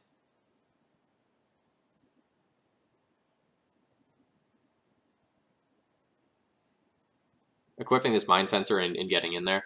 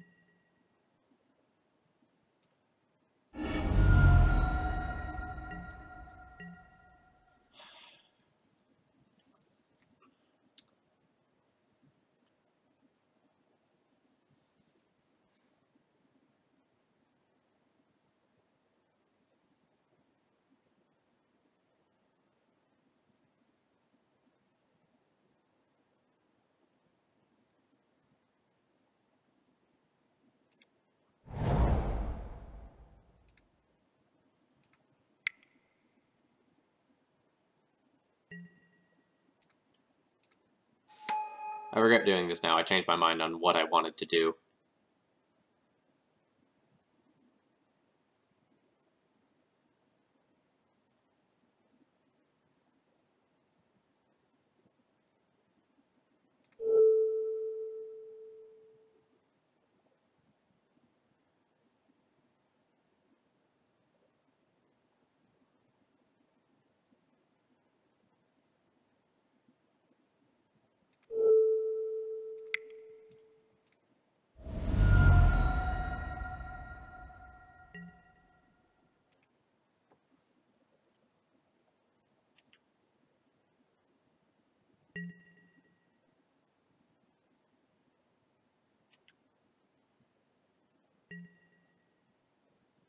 Really glad my opponent didn't have Flicker Wisp.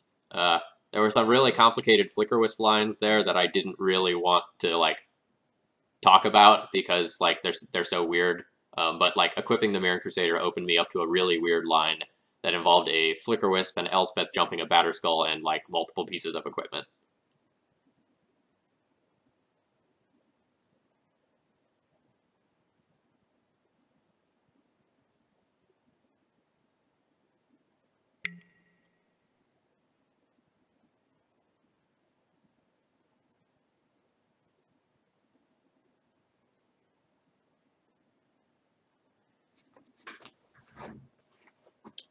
Okay, this is sort of annoying, but it's not the end of the world.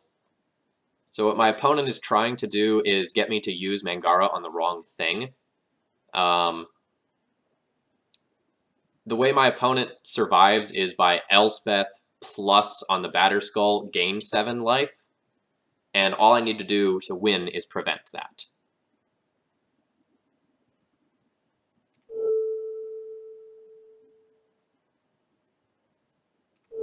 So we'll go ahead and get rid of the Batterskull here.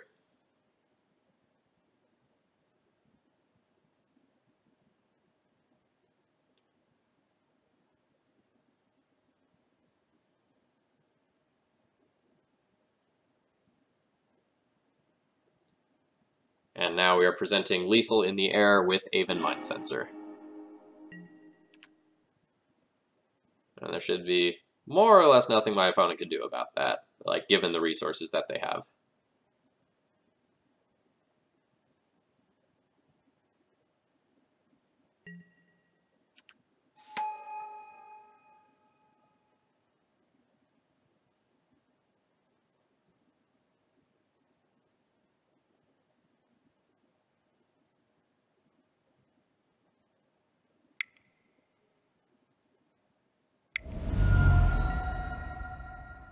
Flicker Wisp, you say? Okay. What would you like to do with that? Flicker Stoneforge. Okay.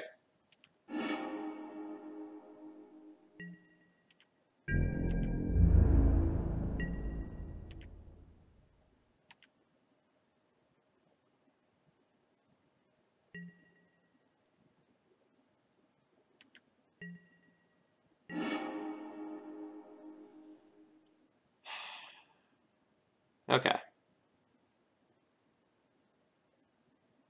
So I will probably just go ahead and go for the win here. I guess I can go for the win in 2 different ways. I can equip Mind Sensor, which on its own is lethal. I can swing in with 2 other creatures and give them protection, which also would be lethal. And then my opponent can only deal with any one of those with like a Flicker Wisp shenanigan. I'm gonna think through it, but like Flicker Wisp is the best thing my opponent can have, and it could like blink 1 piece of equipment or 1 creature. No, okay, so if my opponent has Flicker Wisp, then they can flicker out my equipment.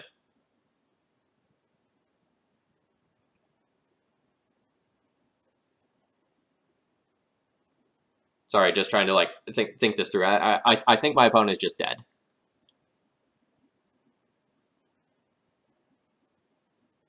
Ultimate Gideon attack all.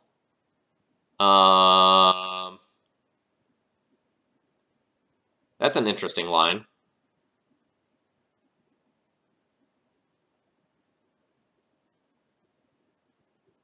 I don't think that's good. Okay, I have an Ultimate Gideon.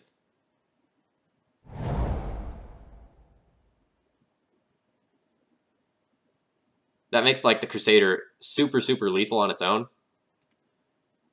So actually, I'm gonna give the Mirror Crusader Pro White to start with.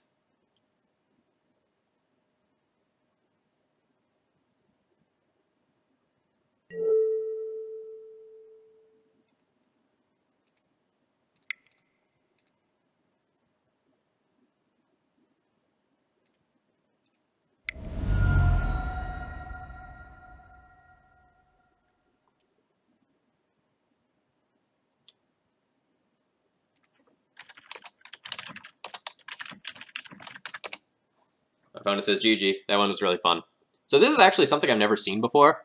It says protection from all colors. I didn't know it actually said that rather than listing out all of the colors. That's the first time I've done that, I think.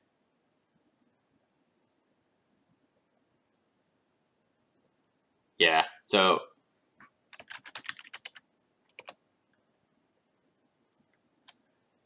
my opponent in chat is saying like Leonin Relic Warder got me, as in like taking away that Pithing Needle and like making my vials active was really important. My opponent was like behind on board in the early game, and I got ahead with like my multiple Mother of Runes and then like that Aven Mind Sensor, and I got in a lot of chip damage, and I ultimately won the equipment war, probably because of the Relic Order tempo. If he flickered the sword, Mirren and Bird is lethal. Yeah, like there were a lot of different ways to go and win that game. So I like the Gideon line because if I protect from Crusader ahead of time and then I Gideon ult, there are literal no outs to that my opponent can have off of that vial. Like, since the Mirror Crusader would have protection from all colors, and I gave it white already, there is no way that my opponent can, like, Flicker Wisp this. So if my opponent has Flicker Wisp and tries to Flicker Wisp Crusader, I protect again, and then I Gideon ult, and, like, we're done.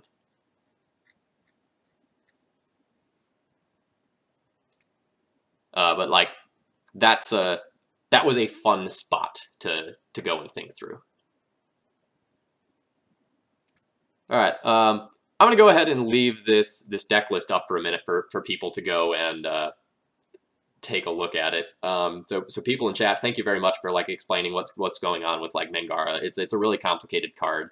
If you would like to read that, I have an article up on my website that like talks specifically about that. I'm going to go ahead and just post that in the chat here. So in case you were having trouble following that, here is the link to that same information, but in text form that sort of walks through it slowly. I'm going to take 30 seconds here to run to the restroom and stretch a little bit before my next match. We're currently 2-0. 2 D&T players down, 3 more to go.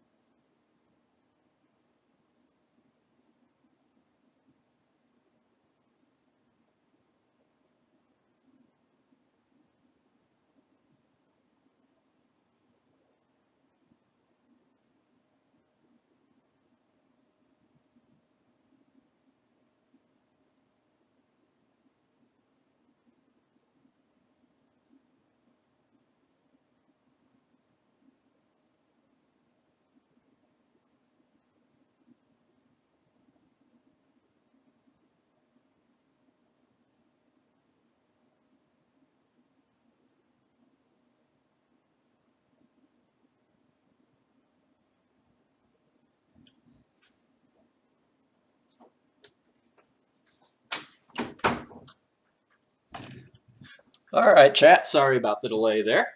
So for anyone who is just joining in, my name's Phil Gallagher. I run Thraben University, and tonight we're playing a pretty spicy singleton D&T list that has... Oh man, did I just like leave the wrong D&T deck list up for like 2 minutes? That's tilting. Which has a bunch of fun singletons. Prelate, Crusader, Brimaz, Aven Mind Sensor, Spirit of the Labyrinth, Sarah Avenger, as well as the spicy Elspeth Knight Errant in the sideboard.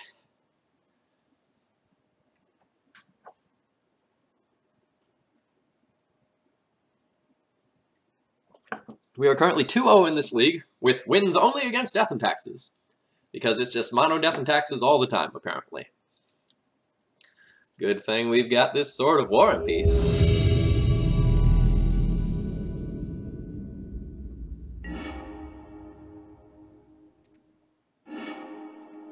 This person was playing Miracles, right?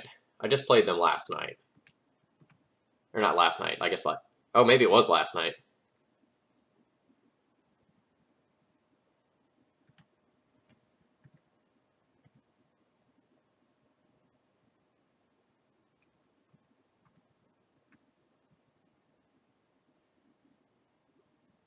Delver. I'll keep this hand against Delver on the draw. Or no, on the play? Yeah, on the play, this is fine. We'll lead with the snow-covered plains, because it's sweet.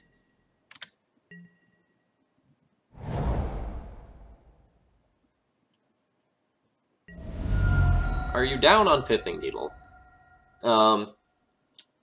I don't think Pithing Needle is an amazing sideboard card in the metagame right now. Against a lot of the decks, you don't really want a Pithing Needle effect. Like, against, like, Miracles, it's good against Jace, but nothing else in their deck, for example. Against Checkpile, it's good against, basically Jace, sometimes another random Planeswalker.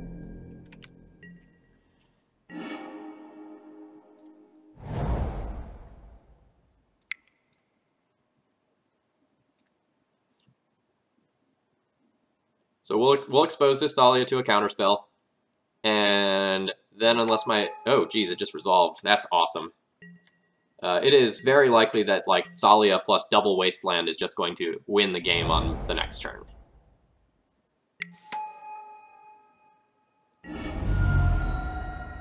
Is my opponent playing a Deathrite Shaman, so they don't just get 100% locked out of the game? Good thing we have a Swords to Plowshares for that. Ooh.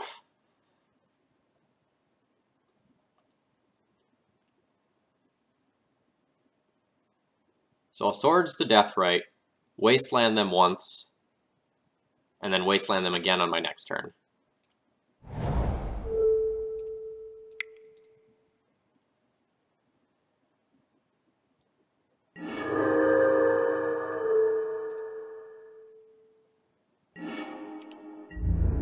And I'm not just playing the Wasteland out, so I hide the fact that I have it.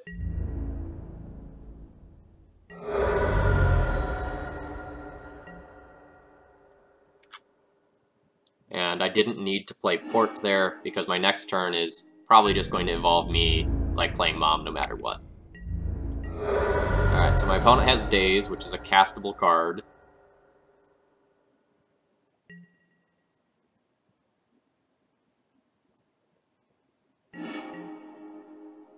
Oh, man, chat.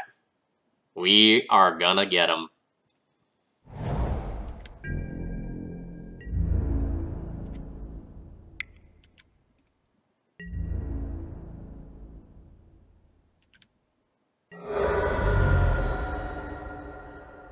Actually, I guess we aren't. So if my opponent goes to fetch, I know they have Daze, so they can tap Underground Sea, return Island, and Daze. So, like, I have to let this land go for Aven Mind Sensor purposes, unfortunately. That's a shame. So I'll cast a Mom.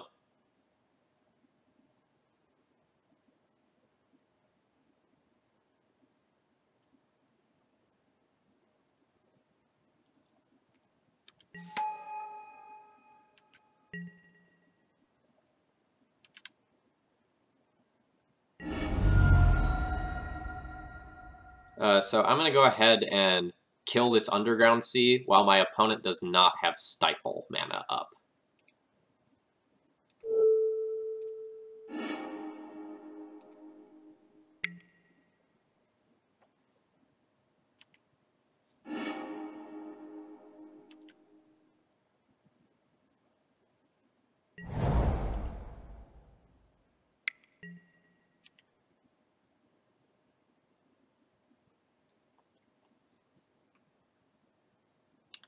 So I don't remember if I actually finished that Pithing Needle conversation. Long story short, I don't love Pithing Needle in a format where it's not awesome against a lot of the top tier decks. Like, we're not seeing a lot of, like, Stoneblade decks and things of that general nature right now. we're seeing just a lot of mid-range decks that like aren't playing artifacts. And like a lot of things that I need to shut off. So it's really good against D&T, but like of the top tier decks, that's the really one it's only like devastatingly good against.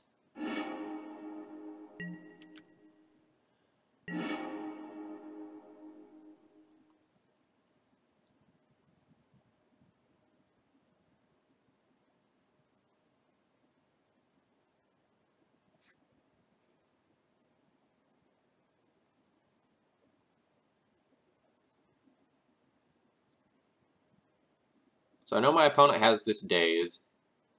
I probably need to like play out a Mind Sensor, let that get countered, play out Flicker Wisp, unflip Delver, and then wall Delver from there. I can play to like drawing a land to let me to do that, but like to just like play around the days that I know about. But I'm already at 14. And like I'm going down to 11 on this next hit. If I miss a land drop next turn or my opponent wastelands me, then I lose a lot of the ability to like just not die to the Delver.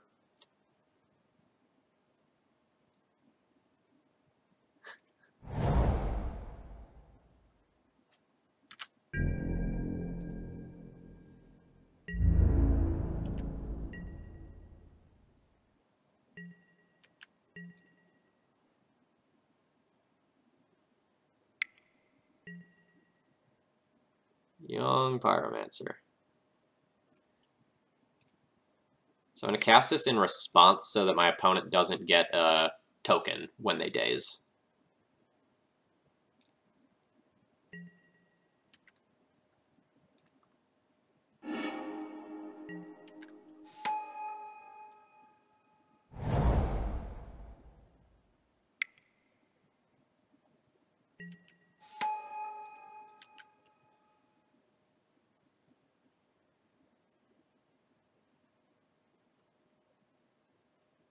So it's sort of unfortunate that I let my opponent use the Volcanic Island a second time. If I had done this on my turn, though,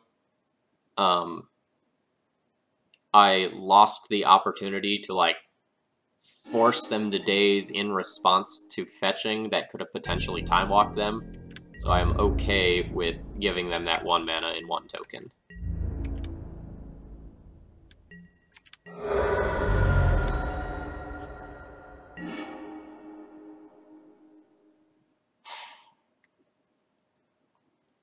I can Swords Delver, play second Mom, have 2 Moms versus Pyromancer, Flicker Wisp a token on the following turn and start getting in there. That is probably better than just Flicker Wisp Delver pass.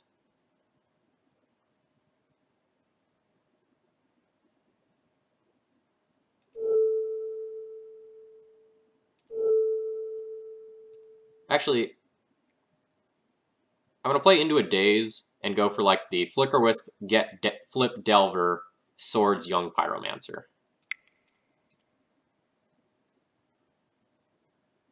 This is a really high upside play if it works.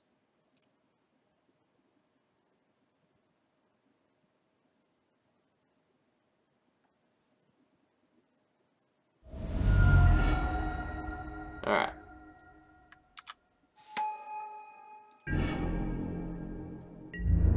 Not looking great for the home team now, but like we'll still get to Swords the Delver on the next turn, followed by play Backup Mom. But not playing them around Daze.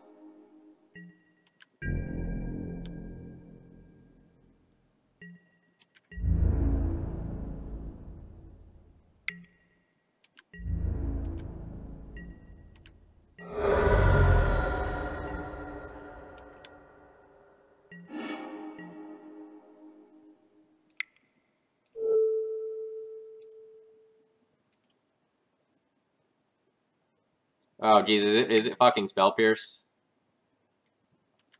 Okay, that seems like a really bad time to brainstorm. Because there's no... Okay, if they have Spell Pierce in their main deck, then it's an okay time to brainstorm. But if they don't have Spell Pierce in their main deck, that doesn't make sense. Alright. That's frustrating.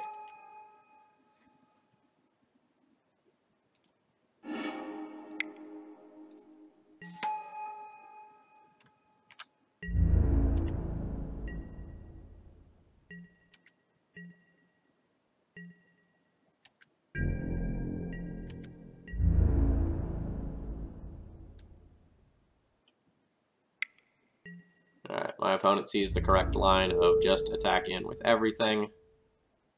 So this will put me to 6 if I throw away a mom. Or, excuse me, I take 6 if I throw away a mom, putting me to 2.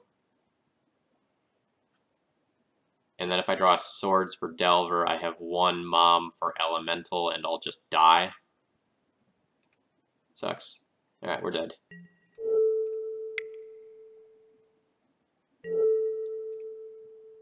We had so many almosts this game. Like, a couple of things went very, very wrong for me.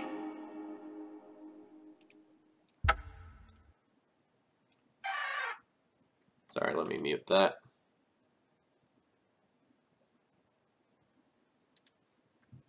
Oh well. Alright, so against Delver, we'll bring in Paths, probably bring in 2 Rest in Peace, and Council's Judgment. We'll board out Revokers for sure. We'll board out Recruiters for sure. I board out Prelate here, and then I'll have a choice to make about my last card, and I have a billion singletons to choose from. I can choose Spirit of the Labyrinth since it, you know, rumbles poorly with everything in their deck.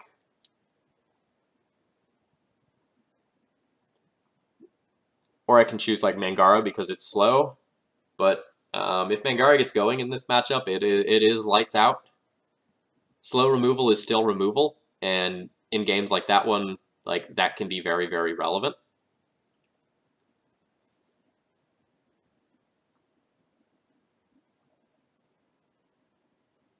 When Spirit works, it is pretty awesome. And I'm hesitant to cut Mangara when I'm playing Mangara for funsies tonight. But it should probably be either Mangara or Spirit, and I'm leaning towards it being Mangara.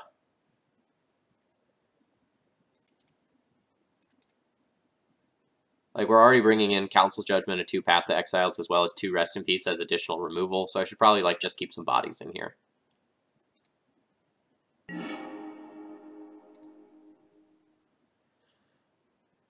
His hand is fine.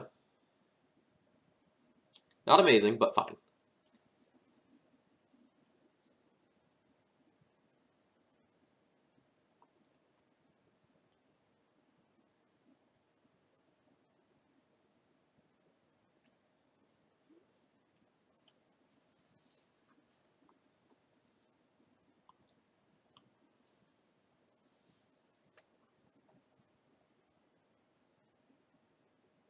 How do you feel about Soldier Stompy? I think it is a fun deck, and I think Suppression Field is a amazing and very frustrating card to play against. It is really easy to make a lot of mistakes when you are facing down a Suppression Field. If you don't believe me, go and read like the top post on like the MTG Legacy Reddit from today. That is like just a tournament report of someone running like an Angel Stompy style deck where like they just play Suppression Field and just like GRB their opponent out of games.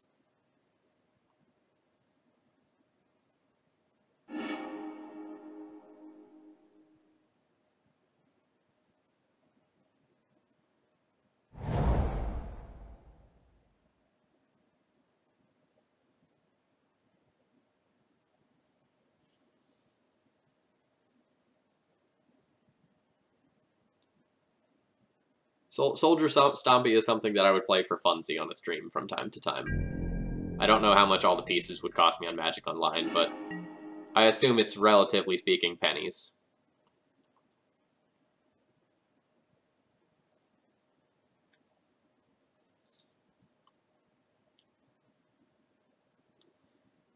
What to do, what to do.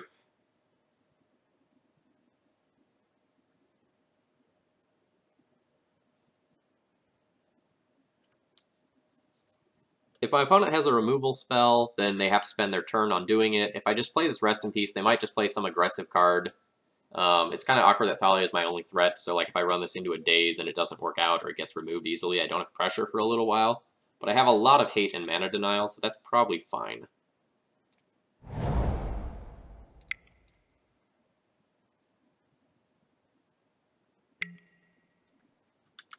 Oh, you're actually playing the Soldier Stompy list? One of my roommates played it for a week or two. It was fun. It does a lot of weird things. And there's a lot of things you're not going to notice at first. Like there's sometimes Aethersworn Canonist in the sideboard. You can't imprint Aethersworn Canonist on Chrome Box because it's an artifact. That's something weird that came up. Alright, Thalia resolves. That's awesome. That probably means I get to, like, put... Ooh. You saw this rest in peace, opponent. You saw this rest in peace. Do you have, like, land plus, like, Force of Will or Daze to stop the rest in peace? Because if not, you're going to be real sad.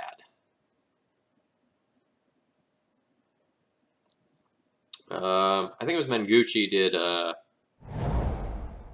Oh, okay, that's your plan.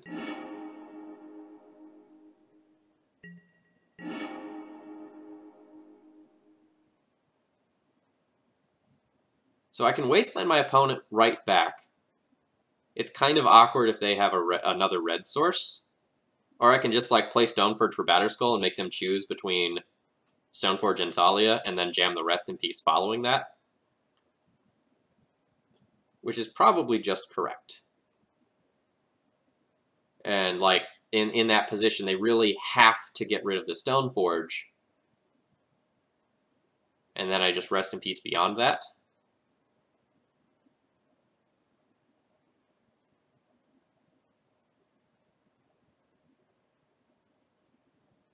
I can also just wasteland my opponent now, make them have the red source. They'll remove Thalia when I attack, and then I rest in peace. And then I have the Stoneforge after that to Stoneforge for Batterskull. That actually might be better.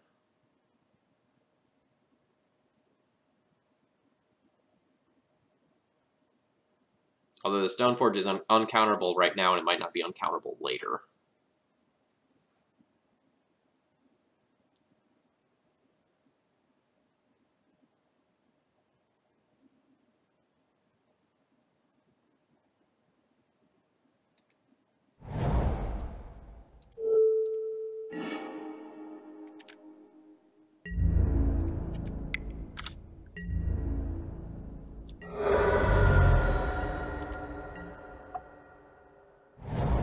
Alright, so my opponent had the follow-up red source.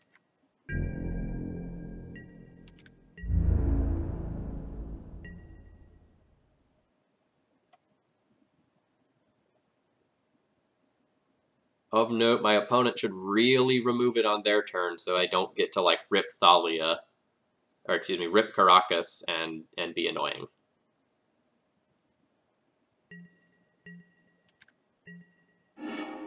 Alright, do not get to punish them.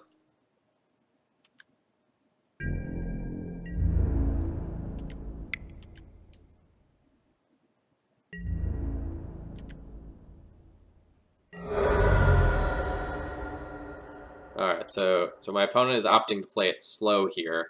They just want to, like, remove the Thalia on my end step to prevent me from playing the rest in peace, so I'll let them just kill the Thalia, and then I'll port them, and I'll rest in peace on my next turn.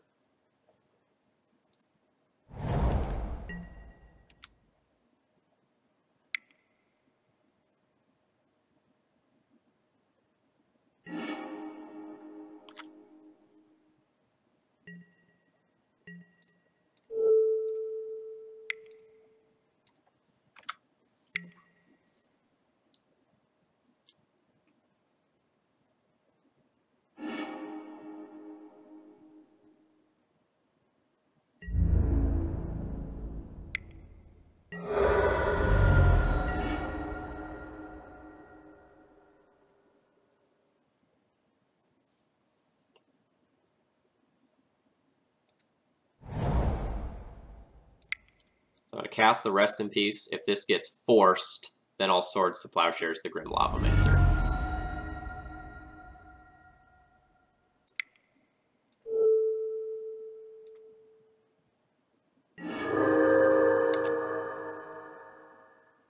Yeah, opponent is Brainstorm locked. They might have another cantrip that they can go and cast now. But like my next turn is Stoneforge, fetch Batterskull, and play Jitte. That's very devastating.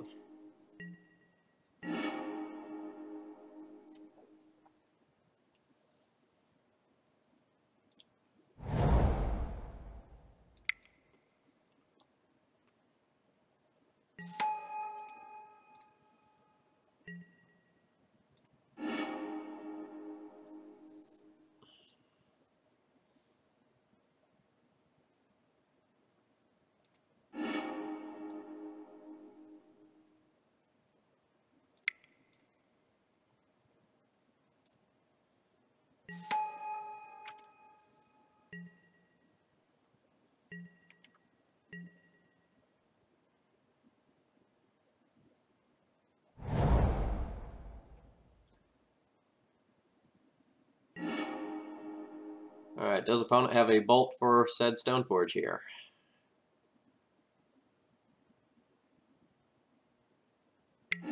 They do.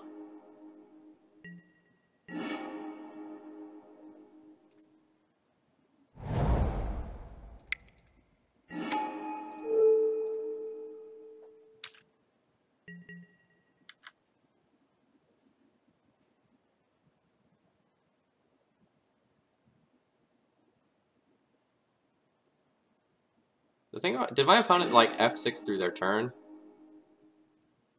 Yeah, they did.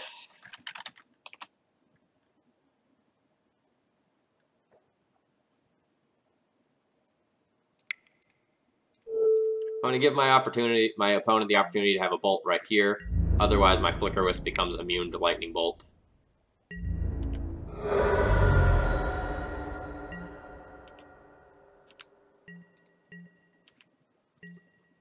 My opponent skipping their turn matters. But we were pretty far ahead.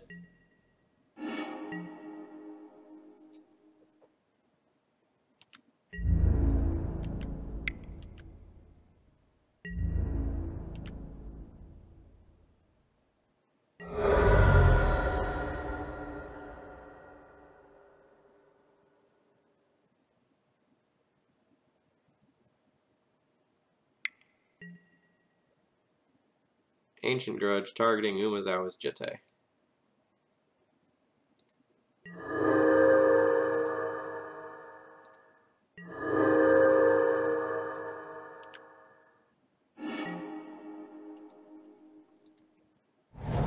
So since my opponent has the Ancient Grudge, I'm going to go ahead and just like not ram the Batterskull out there. Instead, we're going to do something kind of cool. We're going to Flicker Wisp our Flicker Wisp. Our Flicker Wisp comes back at our end step. The Flicker Wisp comes back, we'll Flicker Wisp their land, and they scoop it up there.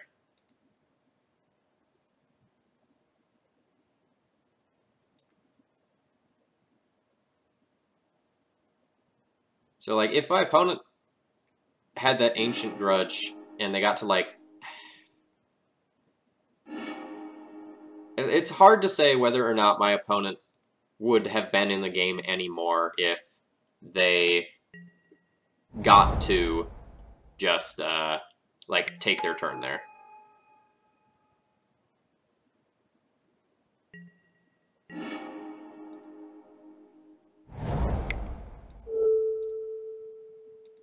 For those of you that have watched my stream a lot, I prioritize getting Deathrite Shaman off the battlefield quickly, very, very highly.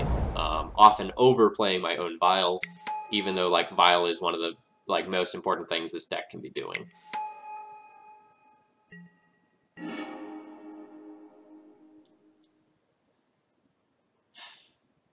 Since my opponent played Deathrite Shaman, and there aren't any lands in the graveyard right now, I don't actually want to wasteland my opponent.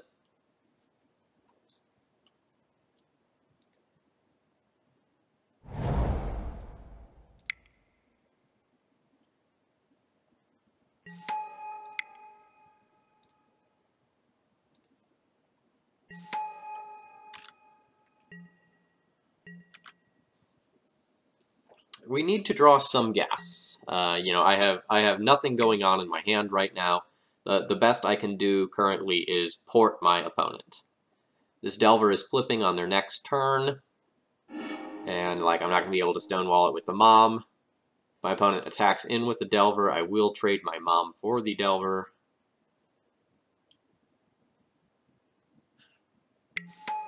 Ooh. I'll still trade the Mom for a Delver if my opponent gives me the chance. They don't.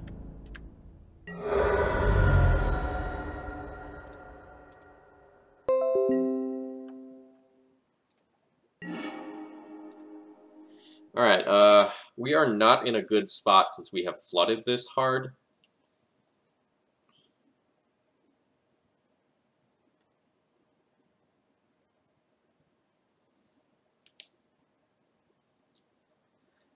So I have a couple of options. I can Wasteland and pass, and then plan on double Wastelanding my opponent on the next turn.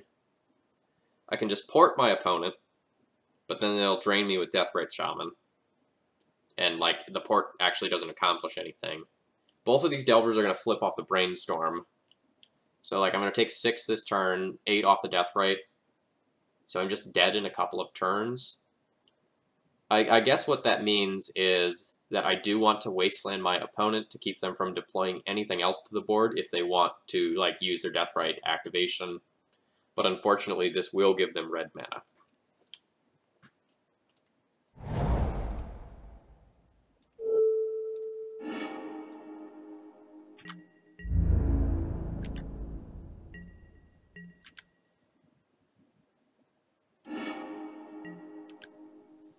Alright, I give them red mana, and they have Lightning Bolt on top of their deck. Super unfortunate, but, like, so it goes.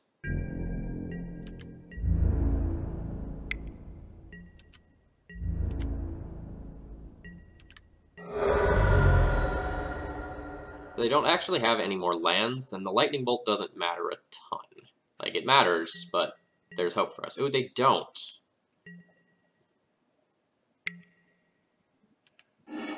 Alright, my opponent has seen the ancient... Oh no, maybe not. Ooh, Diabolic Edict. Okay, I will sacrifice the Mom. That is not super relevant right now. God damn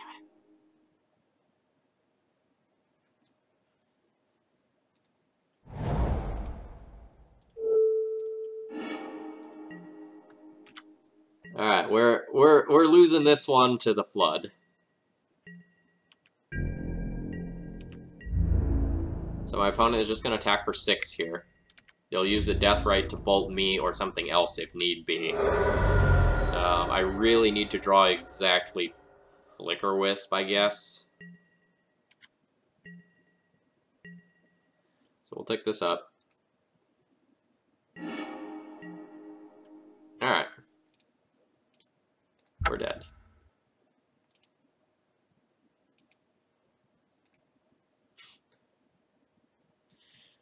Okay, so we drew 1 creature all game. That's unfortunate. Have you considered a deck with Brainstorm? I heard it helps fix when you flood out. Brainstorm does not fix drawing 1, 2, 3, 4, 5, 6, 7 lands in, what, 10? In 11 cards? You know, Brainstorm fixes 2 of those.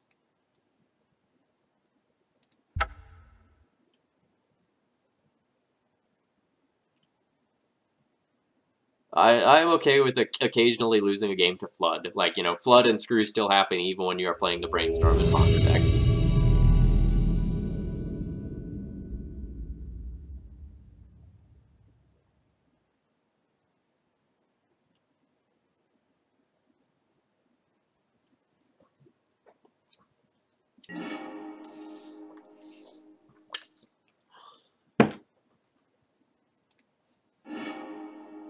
Yeah, it was indeed rough.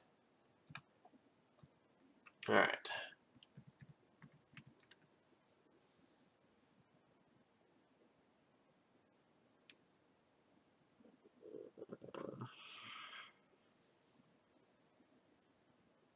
This hand's not awesome, but I'm going to keep it. It has strong mana denial elements.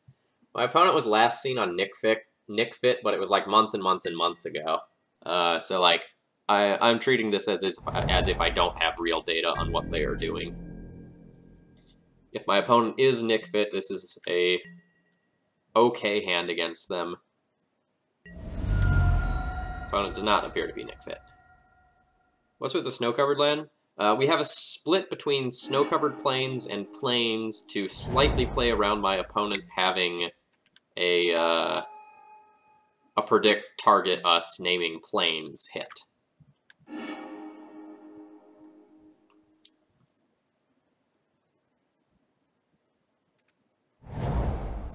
So I'm kind of just buying time to get to this Sarah Avenger, which will trade with the Delver and like pick up Jitte and like just do awesome things. So I'm gonna go ahead and wasteland my opponent. Sometimes that's just devastatingly good.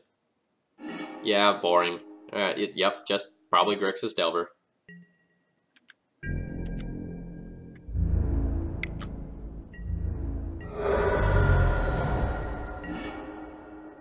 Alright, boring opponent doesn't let us wasteland them again.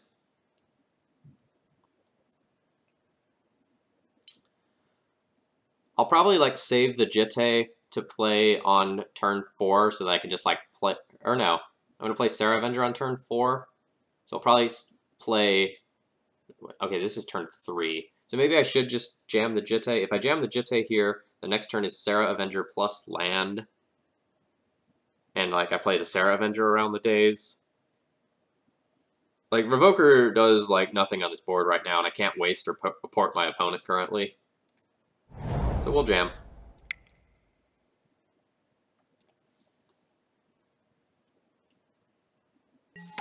Oh, neat. It just worked.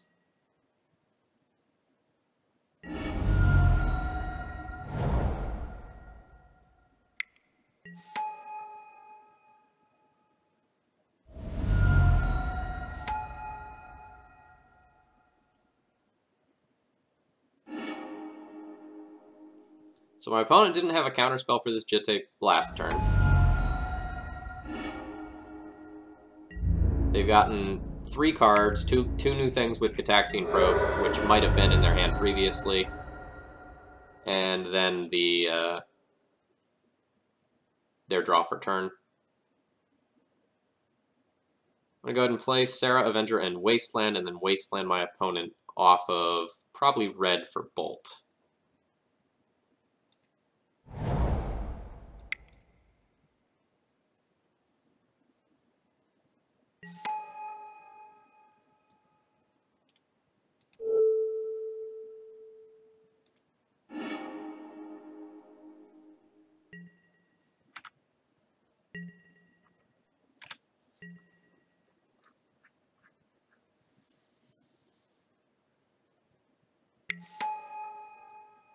So my opponent gets to brainstorm. They're probably looking for Bolt or land to get this Avenger off the board and push a massive amount of damage here.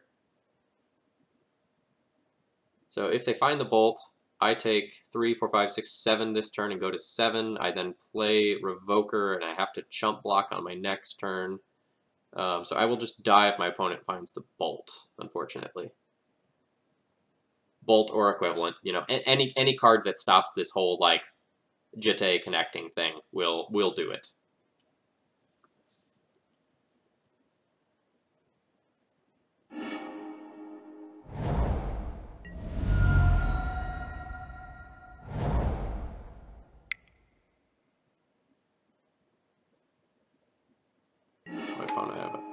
My opponent has a Gurmag Angler. That is pretty decent.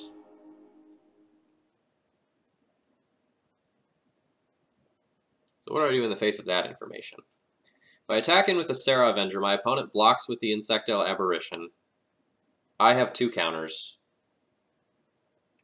My opponent crashes in for 5, 6, 7, 8, 9, 10 damage, which is not good for me. I can negate 2 of that by killing the young Pyromancer. So that's 5, 6, 7, 8 damage. But then it's my naked board to their board of a lot of creatures. So I think I'm probably supposed to just, like, hold the Sarah Avenger back and equip it. And that saves me a few more points of life.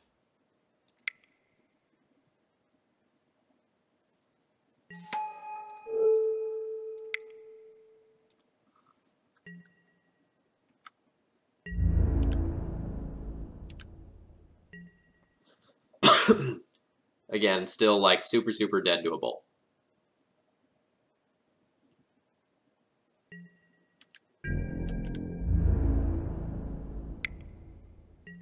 Alright, my opponent offers the trade of Sarah Avenger for Gurmag Angler, which I will accept.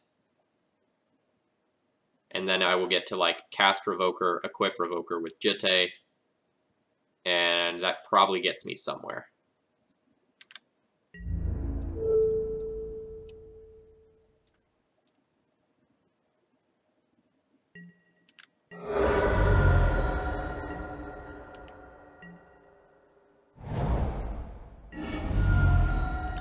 Hope my opponent just doesn't like play True Name here and just it's happening.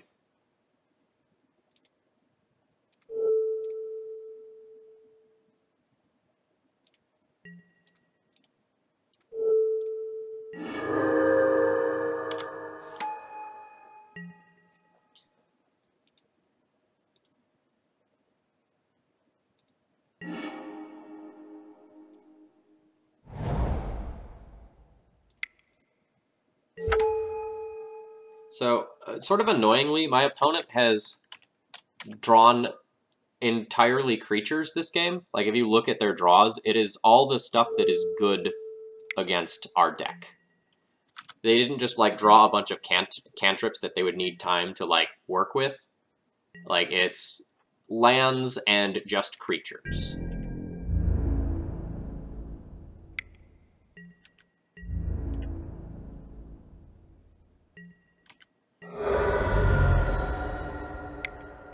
What the fuck? Come on! Give me a chance! Give me a chance! Alright, fine.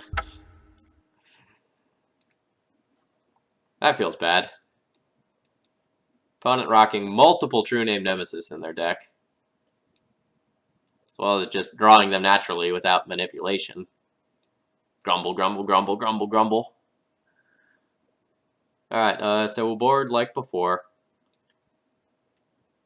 We cut those Revokers. We cut these Recruiters. Cut this Prelate. And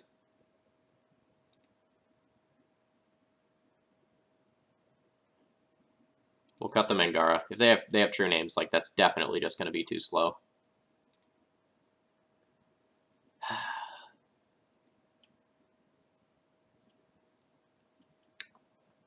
That was demoralizing.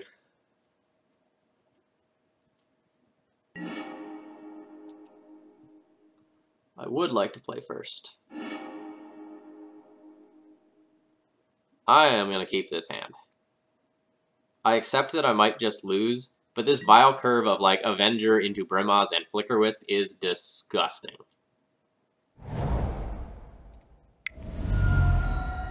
This is soft to a force, but otherwise I feel pretty good.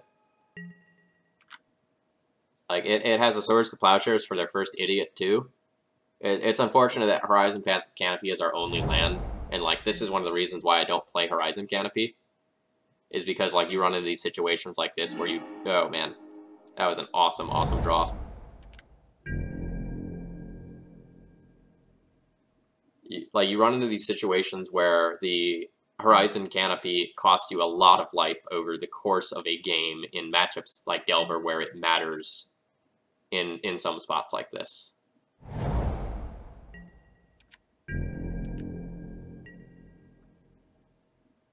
We'll do a Stifle check here. No Stifle.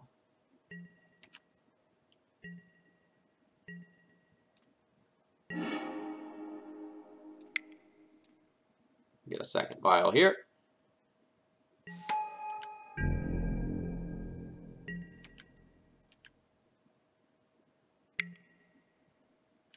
That would have been a great spot to have a Spirit of the Labyrinth and just get my opponent.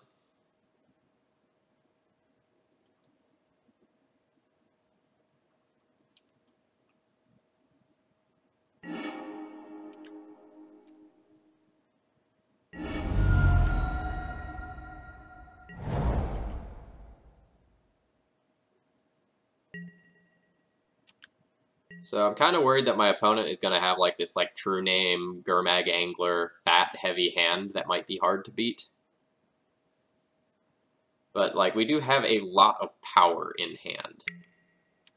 So even, okay, good. My opponent's not just like tapping out for a true name here. So even if they tapped out for the true name, we might realistically be able to race it even if the Council's Judgment got countered.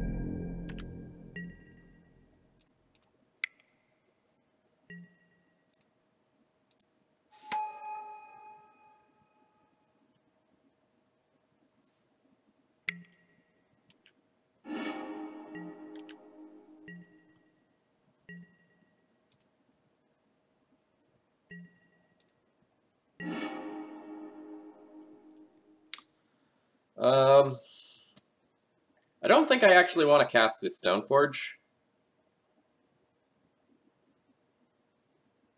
I'm just one turn away from Ether Vialing it in and just not exposing stuff that matters to counterspells.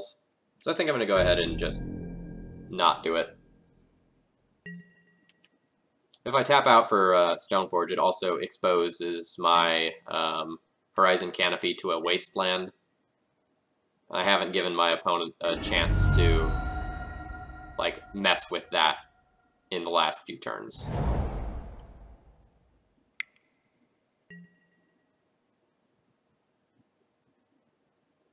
Alright, that's a true name.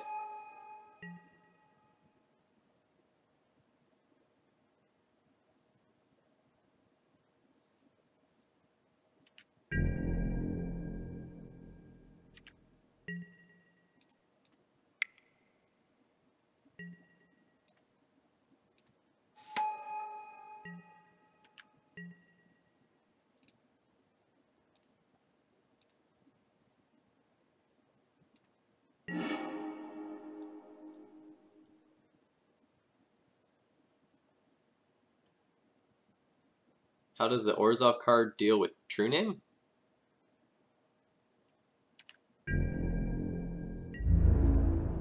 Do you mean Orzhov Pontiff? Orzhov Pontiff gives all my opponent's creatures -1, -1. So that goes and just like shrinks the true name so it dies.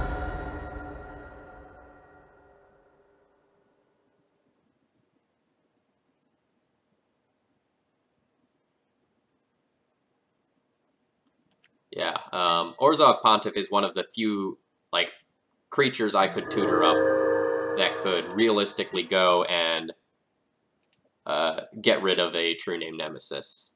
But that's not in the deck currently.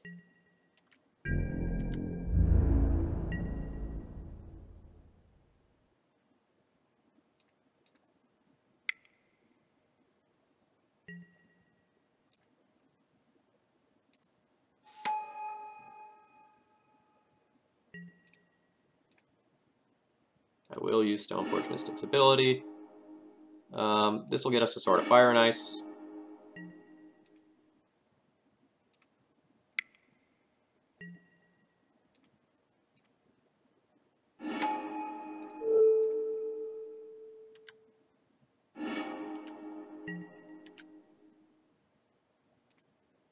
Yes, this one will get us a Batterskull.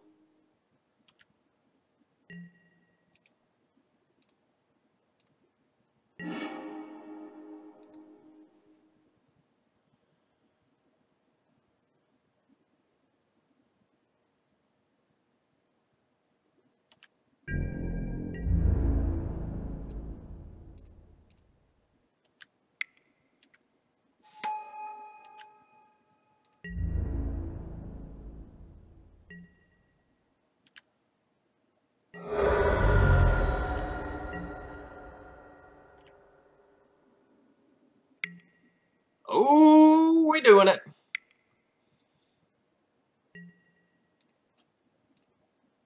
Man, it has been a night of shenanigans, chat.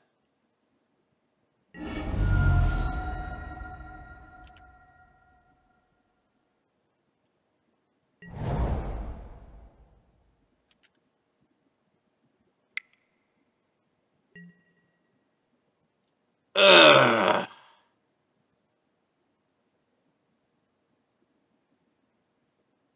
This is really bad on a number of levels. because, like, my Brimaz took some damage, so my Brimaz is going to die to this too.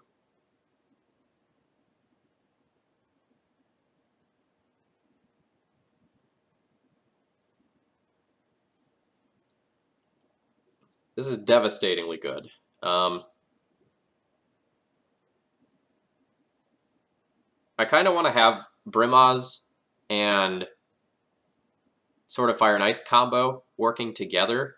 So I think I'm actually going to Flicker Wisp out my Brimaz just so it's around, because it doesn't die to Lightning Bolt, and if I get a Karakas, I can protect it.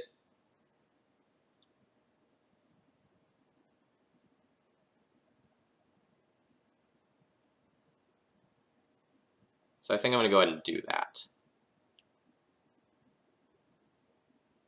Oh, split second. Why am I even thinking? Thank you, chat. Blech.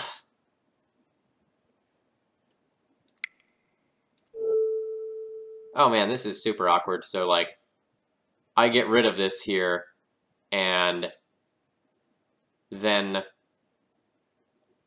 I can't actually put in a piece of equipment this turn. But I think that's fine. I want to get rid of this before my opponent has a chance to, like, brainstorm and do something that matters with it. But since this is happening, let's go ahead and do that.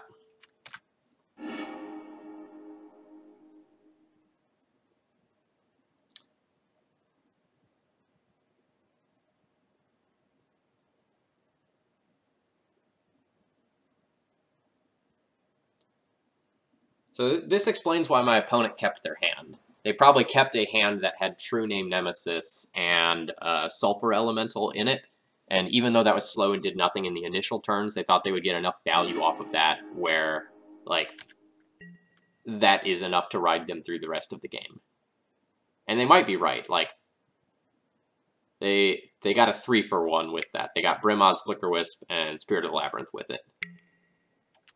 Something they could not have possibly foreseen due to them just, like, randomly brainstorming.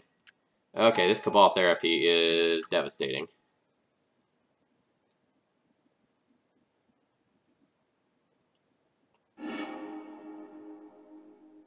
So then they'll flash it back by sacrificing an Elemental token. They'll get the Elemental token right back, and they'll probably take my Sword of Fire and Ice. You know, that leaves me with a Council's Judgment to get rid of the True Name. But, like, Sword of Fire and Ice is just a better card than Council's Judgment. In this context. Yep.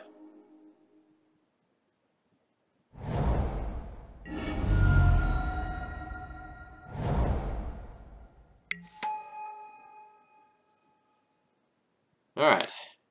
Geez, do you have more? Ah, wow.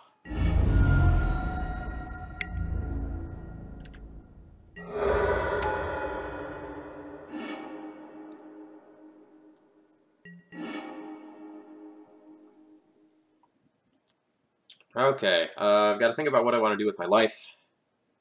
My opponent has one card. If I Council Judgment away the True Name, my opponent doesn't have a ton going on for this next turn. And then if I rip land, I get to, like, cast Jitte, equip Jitte, and, like, bash in and get rid of most of their board. Which I think I like.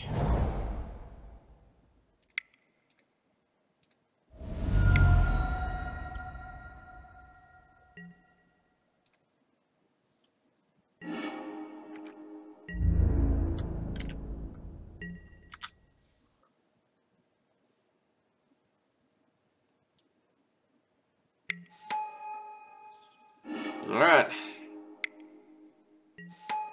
Jeez! I can't catch a break, chat.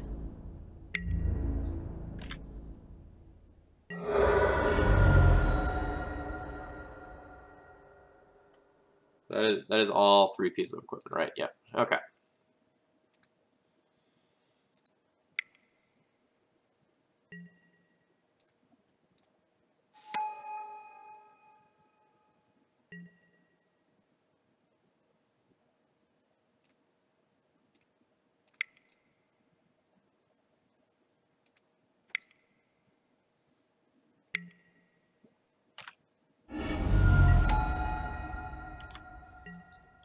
Am I just dead to board? I think I'm just dead to board, right?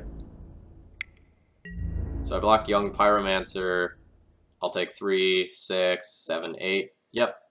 Alright.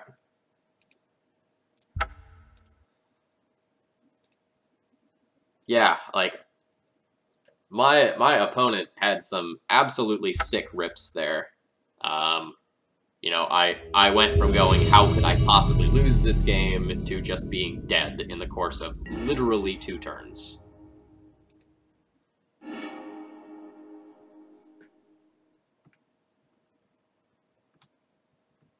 Alright. DJ, Blindside, 83. No data on them. I'll keep a very reasonable hand against any sort of, like, fair deck. This is not a great hand against a combo deck.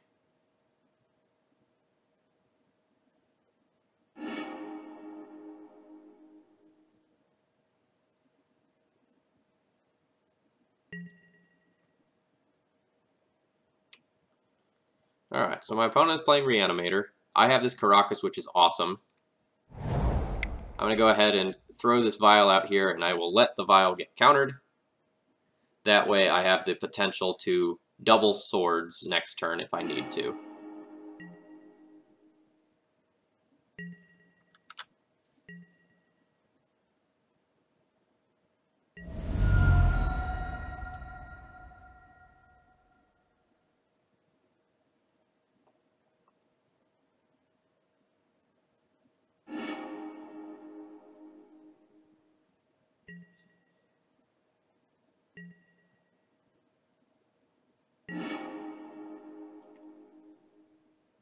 I have made an error. My opponent is not on Reanimator. They are on Manaless Dredge. Okay. So the question is, do I want to like play Mom or do I want to leave up double swords? I think I just want to like play a Mom. It is technically a clock, like it's something that I can do.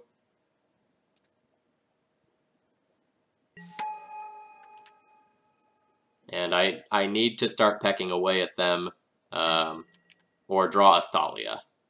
Athalia more or less locks out Manaless Dredge in game 1.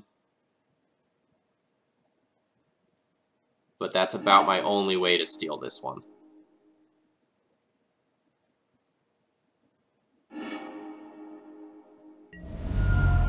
Alright, opponent has a Street Wraith here, so they're gonna go ham. I'm gonna go ahead and blow up this graveyard so you can actually see it. My opponent has a pair of Nether Shadows.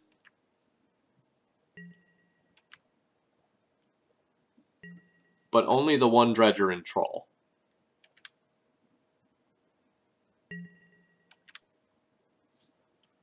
I'm gonna go ahead and, like, preemptively set a stop on my opponent's draw step in case I need to do something.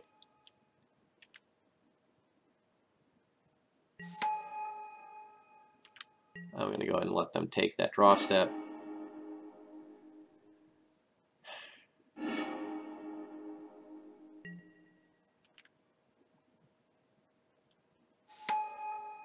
Oh boy. There's a lot of damage coming.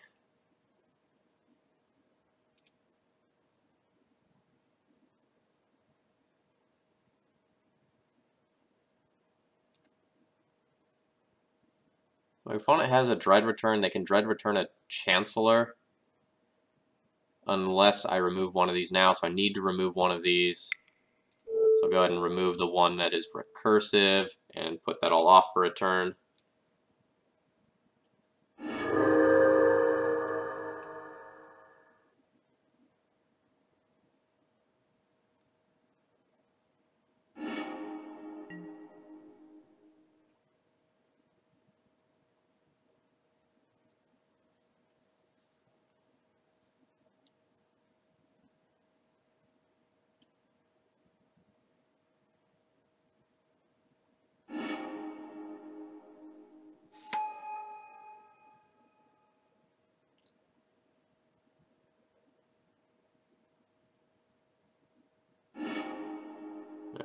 name Swords to Plowshares and then get my other Swords to Plowshares. We're probably dead now. They'll Cabal Therapy away the Recruiter as well, so I'm not going to have any potential play next turn unless I rip something from the top of my deck. And then on the next turn, they, like, double return Nether Shadows in all likelihood, and they have, like, these 2 prized amalgams in play. So I'm going to take my draw step and then concede, I think.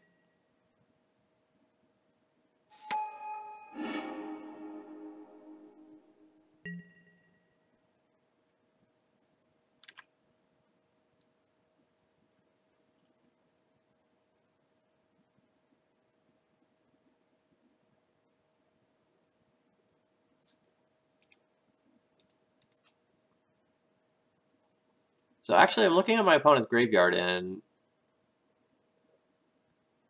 they only have a Golgari Thug left? Is there some world where they whiff on the Golgari Thug, and I actually win this game? I don't think so, because they just, like, dread return a Chancellor, and my board currently doesn't beat that?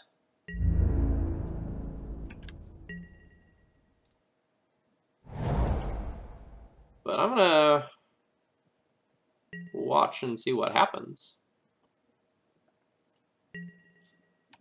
So, like, what if I draw Swords to Plowshares to remove the Chancellor? Or no, the Phantasmagorian is still in the graveyard. There was another one. Okay.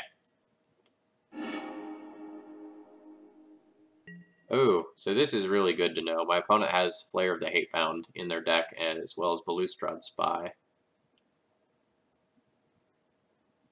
That's neat. So for anyone who doesn't know how Flare of the Hatebound works, this card is awesome.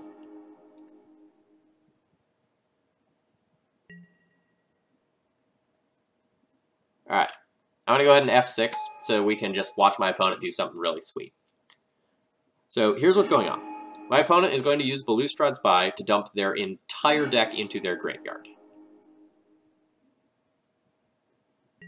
Once they do so,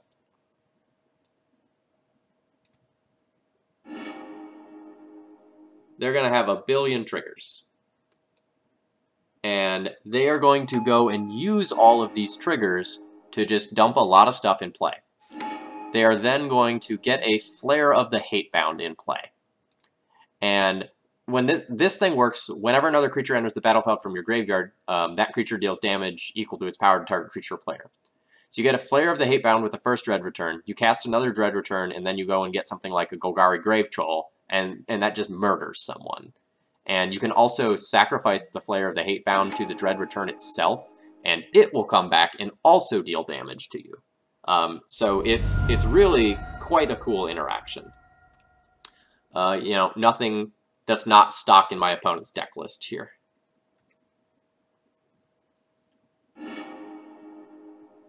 I'm going to go ahead and concede now. I've talked you through the line, but it takes a little while to play through.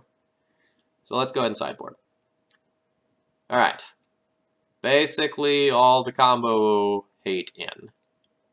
All the fair stuff out. That's how this is gonna work. So we get Surgical Rip, Canonist, Containment Priest, Path to Exile coming in. We will get rid of anything that's slow. So like Mangara is too slow for this matchup. Brimaw's Wall's Amalgam, so I might actually keep that. But like most of the Stoneforge package is going to be pretty bad. Spirit of the Labyrinth doesn't work how you want it to with dredges.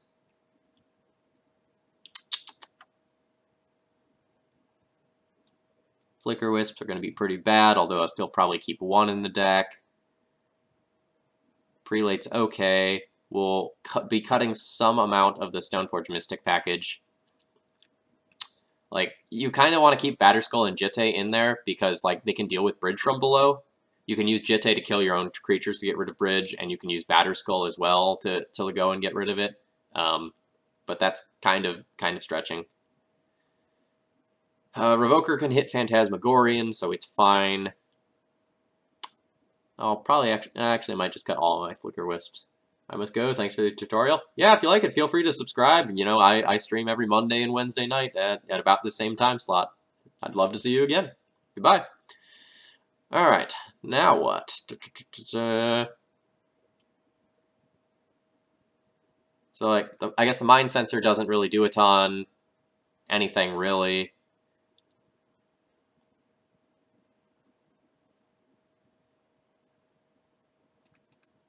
I could go, like, trim 2 Stone Forges and run this.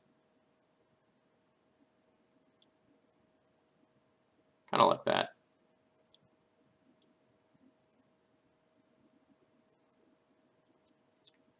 It's possible instead of Stoneforge, I can drop, like, Avenger and Crusader and Prelate since they're, like, slower.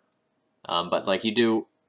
Prelate is a nice endgame haymaker, and, like, you do need some things to close out this. I would like to play first. Oh, no, I don't want to play first. I wanted to draw first. Shit. I messed up there. I just, like, autopiloted. Against this deck, like, since they can't do anything on their first turn, you just want to, like, take the draws, you get an extra card always. So this hand has a turn 2 Thalia, which buys a lot of time, but that may or may not actually be good enough. In this matchup, like, I can probably get a Thalia hand, like, going all the way down to 5, so I really want to mull to a piece of Graveyard Hate.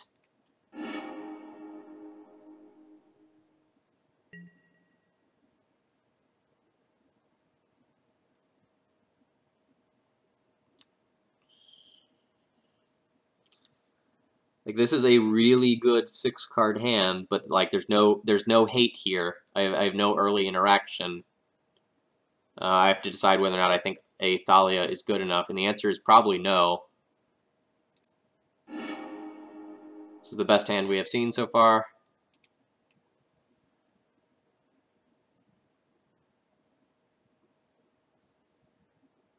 I will put that to the bottom.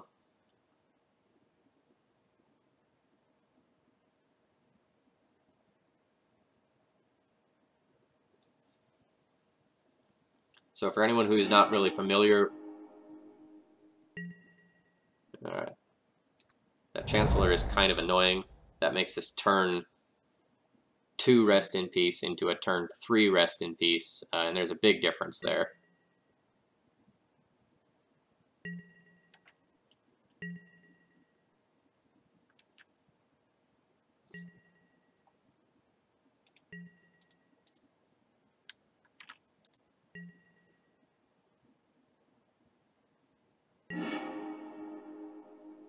Alright, that's fine.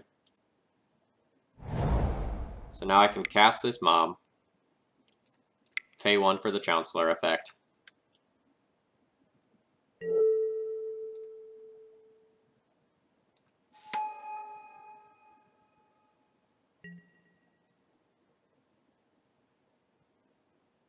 And now we, like, whether or not we win or lose this game depends on how good my opponent's dredge is.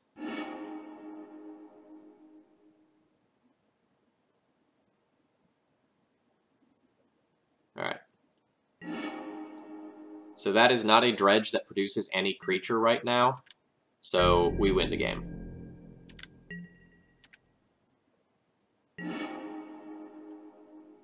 Oh man, and, like, if my opponent can't beat this Rest in Peace, and this Surgical is just, like, icing on the cake, I think I'm just going to Surgical to, like, see if they sideboarded anything before I cast this Rest in Peace.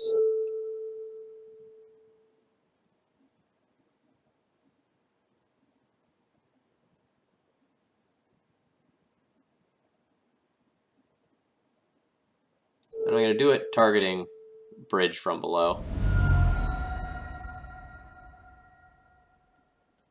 There's some weird world where my opponent, like, has some Street Wraiths and just, like, dredges right now.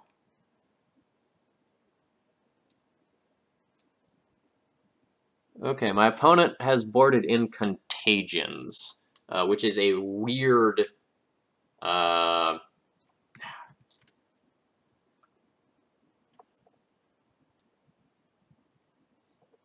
it's like kind of a Firestorm type thing that does -1 counters instead. I don't actually know the text of the card off the top of my head. It's like a Force of Will equivalent. Alright, you may pay 1 life and remove a black card in your hand rather than pay its cost. Put 2 -2, -1 counters on 1 or 2 target creatures. So it's good to know about those.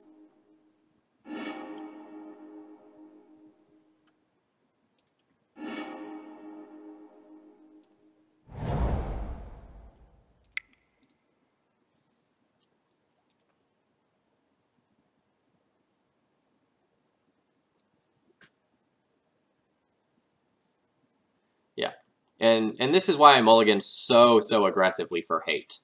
It really matters in this matchup.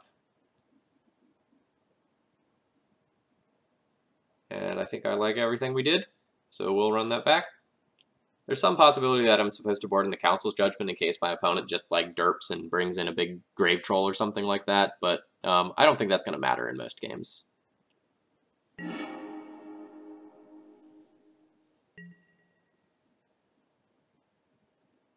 So again, this is a very fine 7, but there's no graveyard hate here, so I'm going to go ahead and ship this.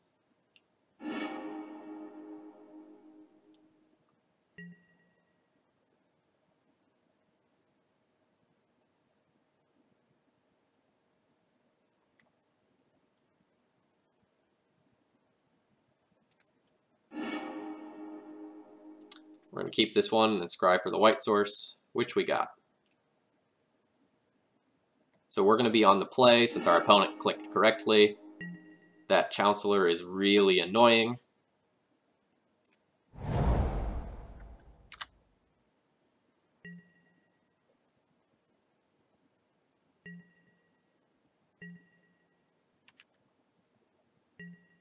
But probably not the end of the world. It's likely that my opponent will give me a Path to Exile target on their turn.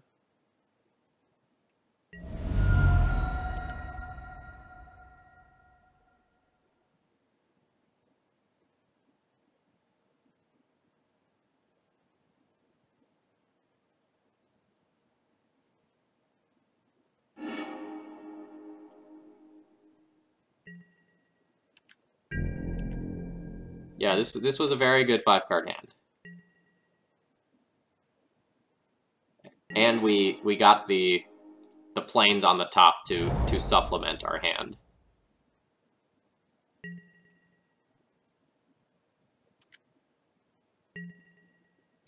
We can't just slam the Rest in Peace here because of the Chancellor trigger, just in case anyone forgot that and is like screaming at me for not playing out the Rest in Peace here.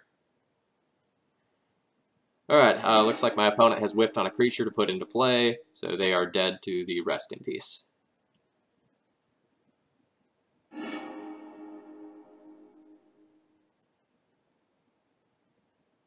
Okay, maybe not. So they can Phantasmagorian activate, and if they still have like a Street Wraith after all of that,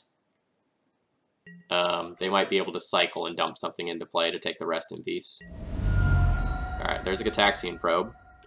It's not over yet, so they'll get another set of looks. And they whiff again. Opponent did kind of get unlucky there.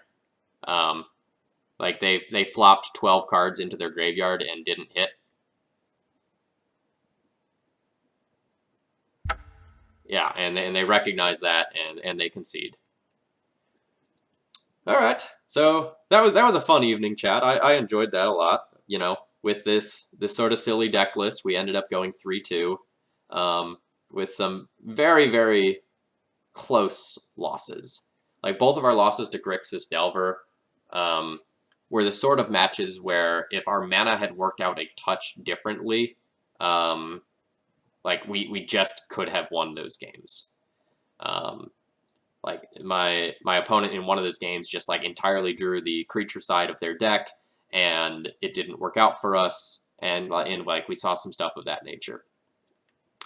So kind of what this goes to show you is even if like you are playing some fun-ofs, you are playing some cards that aren't necessarily optimal in your deck, they can still be situationally good and do some cool things.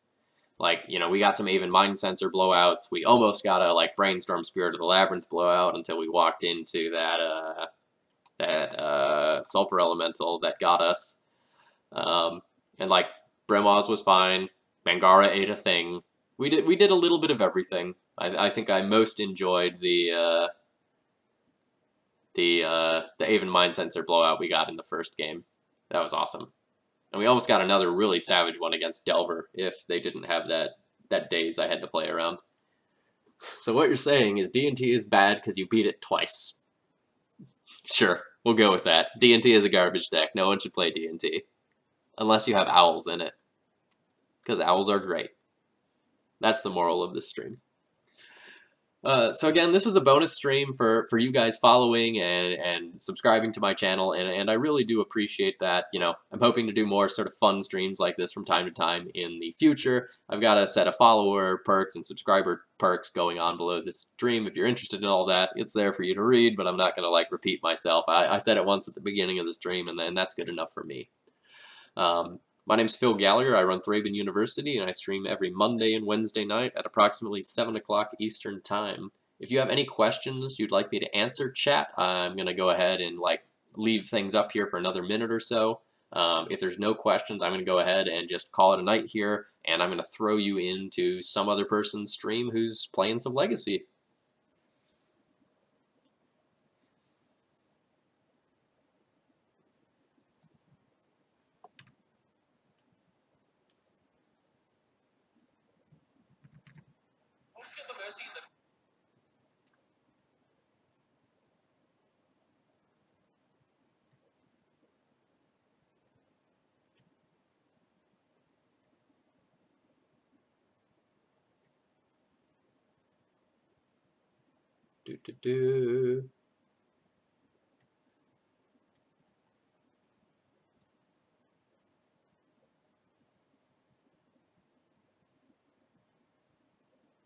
Alright, doesn't look like the chat has any questions, so I'm going to go ahead and sign off, and I'm going to throw you all into a Storm stream now.